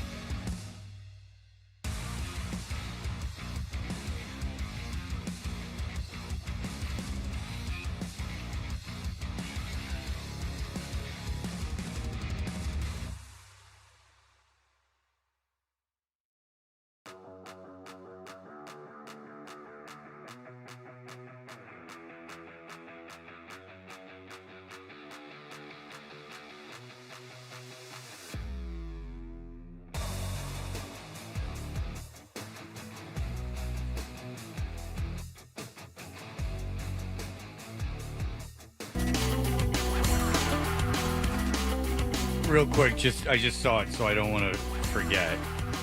It has nothing to do with the Bruins. I just saw this thing, Anthony Jeselnik, and I'm lucky enough to still get along with my ex-wife, so it's been better for everyone. But the thing that Anthony Jeselnik was saying is that when the roast, this one was live, and that they're usually edited down. Like we talked about, they're usually 3 hours. Totally live? That was totally live. That's why it was 3 hours. They're usually live and then edited down. But what Jeffrey Ross would always do was, in a calculated manner, they were always told they can't talk about certain things. And Jeff Ross would do a joke that on a subject he wasn't allowed to talk about in order to get the crowd to like, ooh, knowing it would be edited out of the roast. But that like Variety would write an article saying Jeff Ross had the most dangerous joke of the night and then write about it, like write what the joke was. So Jeff Ross, when he did the joke about Bob Kraft in the massage parlor, that probably was one of the jokes that, like a topic they weren't allowed to joke about. Okay. He deliberately broke it because that was like the form of the old ones, and that's the danger of doing it live. Even though 3 hours was far too long. Jeselnik agrees. Yes. Yeah. I mean, you could have done without Segura and Kreischer at all. I mean, they should have edited that whole thing out for the benefit of those two gentlemen. And I don't know how you talk Will Ferrell into showing up and doing it and then cut him out, but he would have been cut out too. No, I don't think you could have cut him out. I don't think you could have cut him out. I would have. I would have cut the set in half. Yeah, that you do. Okay. All right. Billy Jaffe is here. I was, I heard a little bit of Bob Beers yesterday during the game, and he was a defenseman. Mm-hmm. He was a little critical of some of the play of the young defensemen yesterday. Outside of Carlo and Lindholm and McAvoy, how do you think the other defensemen are playing? Well, Lowry only played 11 minutes yesterday. He ended up getting that penalty as well, so they protected him a bit more being on the road. He was all right. He's had some really good games. I've been impressed with his overall his swagger for a young kid and his attitude. He's going to make mistakes. You're going to have to take the good or the bad or the marginal with the good. Yep. Wotherspoon, I didn't mind. Parker's young and experienced, but you know what older. I'm saying. I know Peak is a veteran, but I know, but they're young. Lowry. I mean, it comes down to, I think if you're asking about Lowry, he still had 3 shots in the 11 minutes, but he was more protected. It comes down to Carlo and Lindholm and McAvoy. And McAvoy, I'm sure you already talked about it, had by far his best game of this series. Sure. Do you think he was hurt earlier? I don't. You just think he was in a slump? All those mistakes he was making, he was just that. I don't far know. off I mean, his game? the way we watch him, and he's been made available to media an awful lot. Guys, could he be dinged up? Sure. Would I expect anybody not to be dinged up a little bit? But see, his things, he was holding on to pucks a little too long, right? He wasn't getting them through, even just 2 games ago, and that doesn't say hurt to me. That says thinking an awful lot to me. Not shoot first, but waiting and waiting.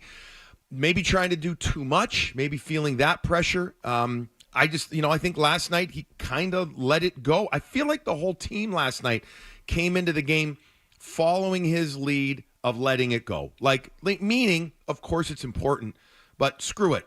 Go out and play with a little bit more of a carefreeness instead of looking for holding on to the puck for the perfect pass or holding on to the puck, especially for D-men, for the perfect shot. The D-men have got to be more engaged, A, with their feet, and B, with the puck on their stick. They've got to get it off their stick quicker in the O-zone. And that doesn't always mean directly on net, guys. It could mean an indirect play. It could mean just a dump back behind the net, something like that, because they've been and Charlie was guilty of this, holding on to it too long, looking for the perfect lane to get through. What do you make of Sweeney on Monday? Like, why did he call that press conference, in your opinion? I think, I didn't get to watch it. I read it, and then I saw the clips. I had other stuff going on. It's all right. You saw it. Some of it. Whatever. You saw what you needed to see. Fred, I think that was just he. See, I didn't think he was calling out the media at all. I know some people talk. No, about that. no, he wasn't calling out the media. But I'll just get to my point on it and see if you agree. I don't know why you would talk when you don't have to. You'd call a press conference, and you obviously the only off the other guys. All right, but okay, fine. But the only issue of the day is that stupid overturn, the goal they didn't overturn, And then you go up there.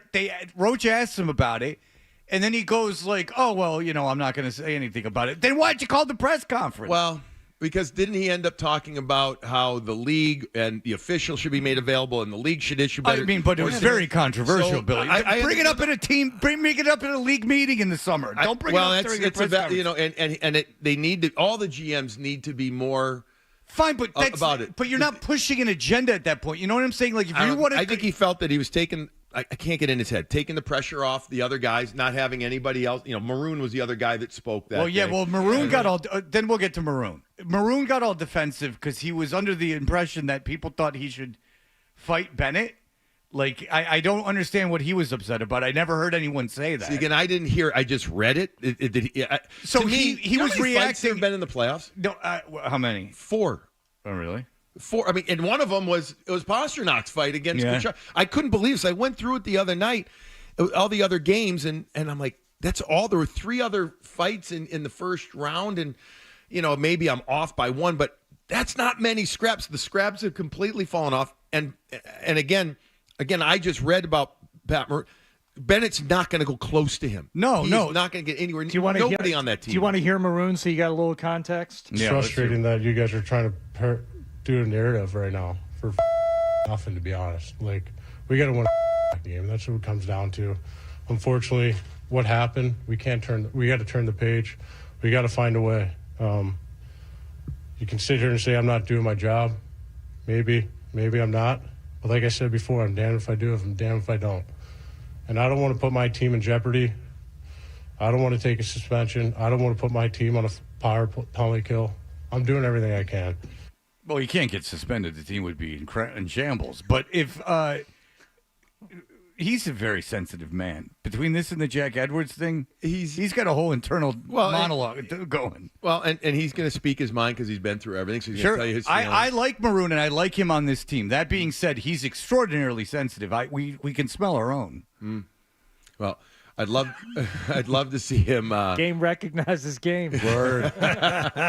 Strike before they strike you. I mean, I'd love to see somebody from Florida try, but they're not going to. Gadjevic is this player who's been a tweener for them this year, who'd be the only guy, if he was playing, that would engage Pat, and he's not going to get near the ice. Yeah, and also Bennett's got that bad finger, so I would imagine he's not. He's still not going to. He's still. No, I know. He's still not going to. Is he a dirty player? He's on that line. Yeah, he's on that line. It's amazing, right? He's become public enemy number 1 in a short period of time. This year, we saw him do the same thing that he did to Marchand to Matt Nyes of the Toronto Maple Leafs last year. And so, yeah, he's on that cusp, Fred, no doubt. Marchand going to be ready Friday night? My gut says yes, because the travel, the skate. Didn't he give a speech before the game last night? I think he talked to not only before. I think he was in there in between periods. Yeah, that was to the Kiwanis Club. He wasn't on the team. Okay. He was good. My gut says yes, because as well, if it's what we think it is, that ends up being at 7 days from week to week from when the incident was to when he would be able to play. And my gut just says yes. I mean that I think 63 will be out there. So now you look at it and you start saying, okay, who you can take out, you figure it out. This team, you guys know this, they got to figure out a way to beat this Florida team at home. That's what it comes down to now. Florida has not been intimidated by TD Garden. I'll tell you, the Garden in Game 3 was silent. It was not. It was much better in Game 4. Yeah, it was. But the Game 3 crowd was not. I could only hear Xanadu, as a matter of fact. He was the only one I could hear. Well, they'll be bringing it on Friday night. Have they announced I heard it was either going to be 7 or 7:30, but I don't know if they announced the game time yet. I don't know. Not Johnny yet. Ballgame's going to all these things. He's going to the Celtics game tonight. I heard that last Friday night. I heard They were that. at the Bruins game last Friday night. They lost Really? 6-2. Yep. Yeah, you should see him after the show bothering all the salespeople. Give me tickets. I see it. I see what you're doing. You with that sea cloth. Good for you. Yes. You I don't do it that often. Playoffs. Well, obviously you do. Did you do it for tonight's game? No. I got the ticket from somewhere else. Okay. No, it's a TBD. Well, why do you not want to say? No, no one here at the station. No. It's a good friend of mine. Are you cheating on Called your me wife, up. John? Yeah, you've cracked the code yet again. I Freddie knew T. it. You got me right and they're bribing you with tickets. That's right. All right, It's still a TBD. You have Mike, nothing you know else. why? Because those Celtics tickets aren't expensive, by the way. If you're looking to get secondary market tickets to a Celtics playoff game, go, because you can get in $120. Go ahead. I was going to say, because Dallas plays Colorado tonight, and if that series ends, they'll probably move the Bruins game a little, make it more 7:30, maybe even an 8 o'clock game, because it would be the only game on the NHL. Oh, that's what we need. Ticket that night. 8:30. Let's make it. No, 8:30. they wouldn't do that. Friday night. Who cares? On a Friday, I still wouldn't. They would do 8. I mean, they would do. But I think, and if Dallas is playing, meaning if Colorado wins tonight, my guess is it would be 7 or 7:30, and then that game would be at 10 o'clock. Yeah, I don't get to the club until like midnight anyway. Sure. I'm still pre-gaming it. Sure. At 9:30. I mean, this is just. I mean, I'm putting on my cologne at 10:30. My Axe body spray. All right, Billy. They've got a new scent of Axe body spray that is really turning heads. They say it smells much more high end. At least that's what I saw on the Instagram reel. Yeah, it smells like it's just they do a hybrid Dracar Noir Axe body spray. It's a cool water Dracar Noir. Who didn't have hybrid. Dracar Noir when they were? I had it. I did too. It smells like an inside of an IROC. Zoe has it now. I'll guarantee it's in his satchel that Does he he carries really? in with him. Yeah. You can't smell it when he comes in? That with the Is it the hairspray. same bottle, or those gigantic bottles that he's had for No, like 7 all years? testers. He doesn't pay for it. All testers. He's not paying for that. Yeah, No. It's funny. My son will come home and he'll reek a cologne, and I'll be like, "Oh, you guys were screwing around at the mall. Like you went to the mall and sprayed each other with. You had a cologne fight at the mall, and like you smelled like you fell into a vat of cologne." All right, Billy. All right, guys, great to see you. Well, I've Thank got you to for the ask hat. you the final question. Yes. Do you feel better now about this series? Well, I mean, sure. At least they're. Well, no, you feel better. There's a Friday night that you're. I feel better about the series, if only because the Bruins showed that they can dictate how they want the game to be played. It doesn't mean that it's going to be easy. It doesn't mean that there weren't chances by Florida, but there were not as many clear chances by the Panthers when all said and done. I also think that the pressure is now put back on Florida. Yes, of course the Bruins have to win, but you know what? Florida now has to be thinking about, all right, guys, now we got to get back on a plane. We got to get back up there. So just go and play. But yeah, I feel better about it. And you know what I love? I love the fact that Jeremy Swayman has been damn good. I do. I love that. And he's running with it. Paid him, man. Is it 2 days rest good for the Bruins? Absolutely. Better for the Bruins? Absolutely. Considering how now this is where they need the extra day. Considering Florida had a much easier, relatively speaking, first round against Tampa, and Bruins need this. Absolutely. All right, that's good news. They come back. Bruins will be back midday today. I'm assuming they'll have a skate tomorrow, and then we'll see maybe something optional probably on Friday, but whatever. But it'll be good for them to get the extra time off. Hanscom Airport, should we all go and stand by the fences? Oh, that'd be so much fun. John, make a sign. Okay. Morning brew. I've got tickets. Yeah. Coming to the game. John, I'm on a roll. stay away from the engines on approach. That's right. We don't need a Wallach strike. Bird and that strike's thing not going good. down. No. You know who John hates is that bastard that landed in the Hudson River. It foiled all it's Sully. John's no fan of Sully. Yeah, took out 19 of his relatives. Yeah, he's like, so you saved 200 and people, then went on but the what about Today my show friends? afterward, yeah. Meanwhile, there's like these. John boycotted that airline for like his whole life. He's like, I fly the friendly skies. These guys aren't going to be so friendly. Sully, every morning he gets out to get the paper. Big load of dump on his head. Quack, quack. All right. Thank you, Billy. What was it? Thank you, Fred. Was that a live sound effect? It's quack, quack. Because they're like over it now. So they're just doing it on application. Quack, quack. Phil, I did it. I took a dump on him, all right? Yeah, kaka. I'm sick of Long Island. All right, very good. Thank you, Billy. We appreciate it. Thanks for the hat, Billy. I just imagine he lives in Long Island. All right, we'll be back. Sports Hub headlines. The Bruins have extended their season by at least one more game. They won in Florida over the Panthers last night, 2-1. They still trail that second-round playoff series 3-2, but they will host Florida on Friday night at TD Garden. The Celtics entertain Cleveland in that building this evening, leading the Cavaliers 3-1.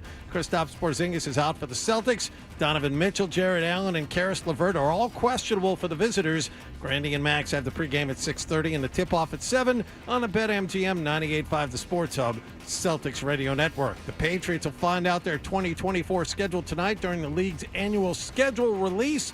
But the NFL announced earlier this morning its international games, and the Patriots have one in London against Jacksonville Sunday morning, October 20th. That is week 7 of the regular season. And the Red Sox beat Tampa Bay last night 5-4 in 12 innings. They will host the Rays again this evening. Sports Hub headlines are brought to you by the New England Revolution. They're back in Foxborough Saturday night to face off with the Philadelphia Union. Kickoff is set for 7:30. Get your tickets today at revolutionsoccer.net. I'm John Wallach at Boston's Home for Sports, 98.5 The Sports Hub. Your next update at 10 o'clock. This is Charlie McAvoy. High slot, McAvoy. Hook check.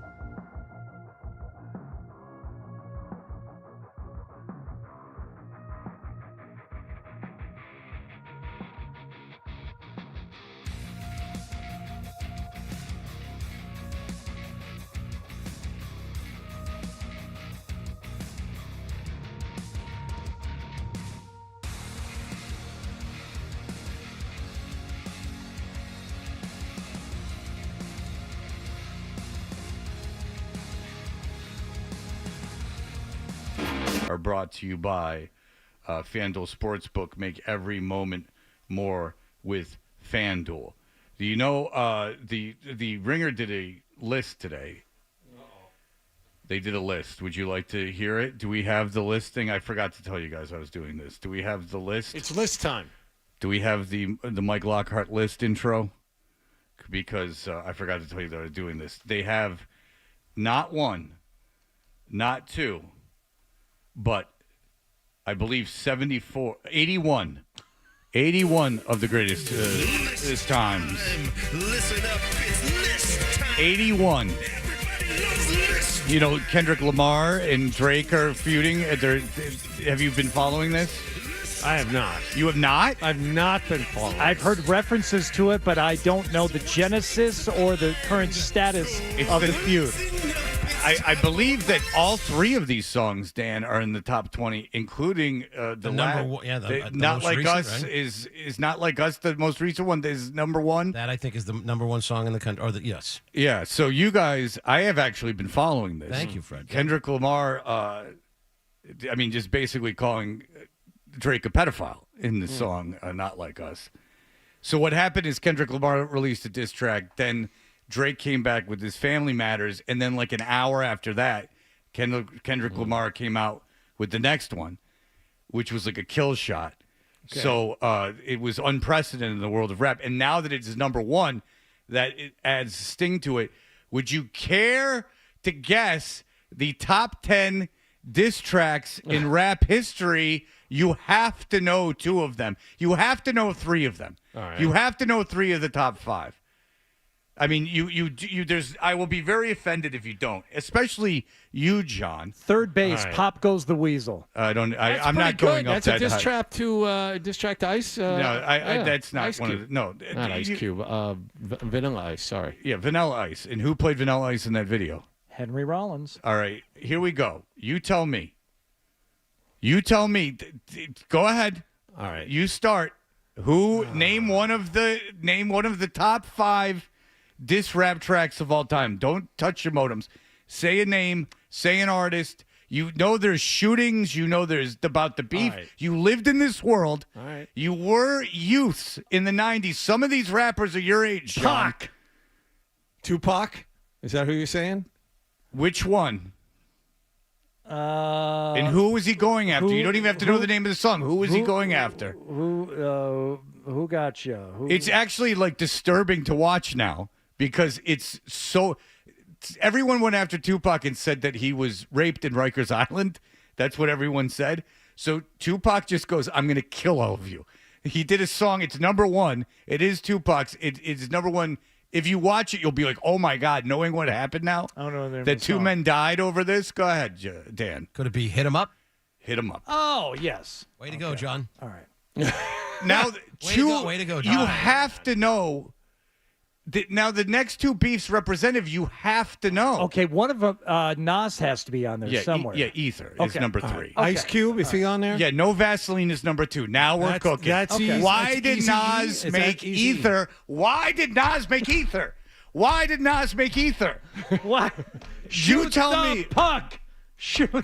Who was Nas responding to? Ether is probably the most famous diss track of all time. Who is he responding to and why? I know. I know. It starts with the name of the guy. Skilo.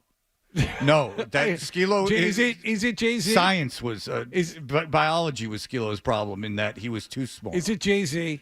It is Jay-Z. I don't remember why though. What song by Jay-Z? I don't remember that. I don't remember that It part. was of it. Takeover by Jay-Z. Okay. Now, if I told you, you have to know the name of the song when I tell you the artist. It's number 2 on this list. Ice Cube went after whom? Easy. And Dr. Dre and Yella and Red. Yeah. And Jerry Heller. Okay. The name of the song is a famous name. It's a very crude name. No Vaseline. Kaboom. You guys don't give yourself enough credit. Adam 12 says the bridge. And I believe the bridge is over is number 6, Adam 12. The story of the kid, the one about Drake, is number 5 by Pusha T, which started this whole Drake thing. Very interesting.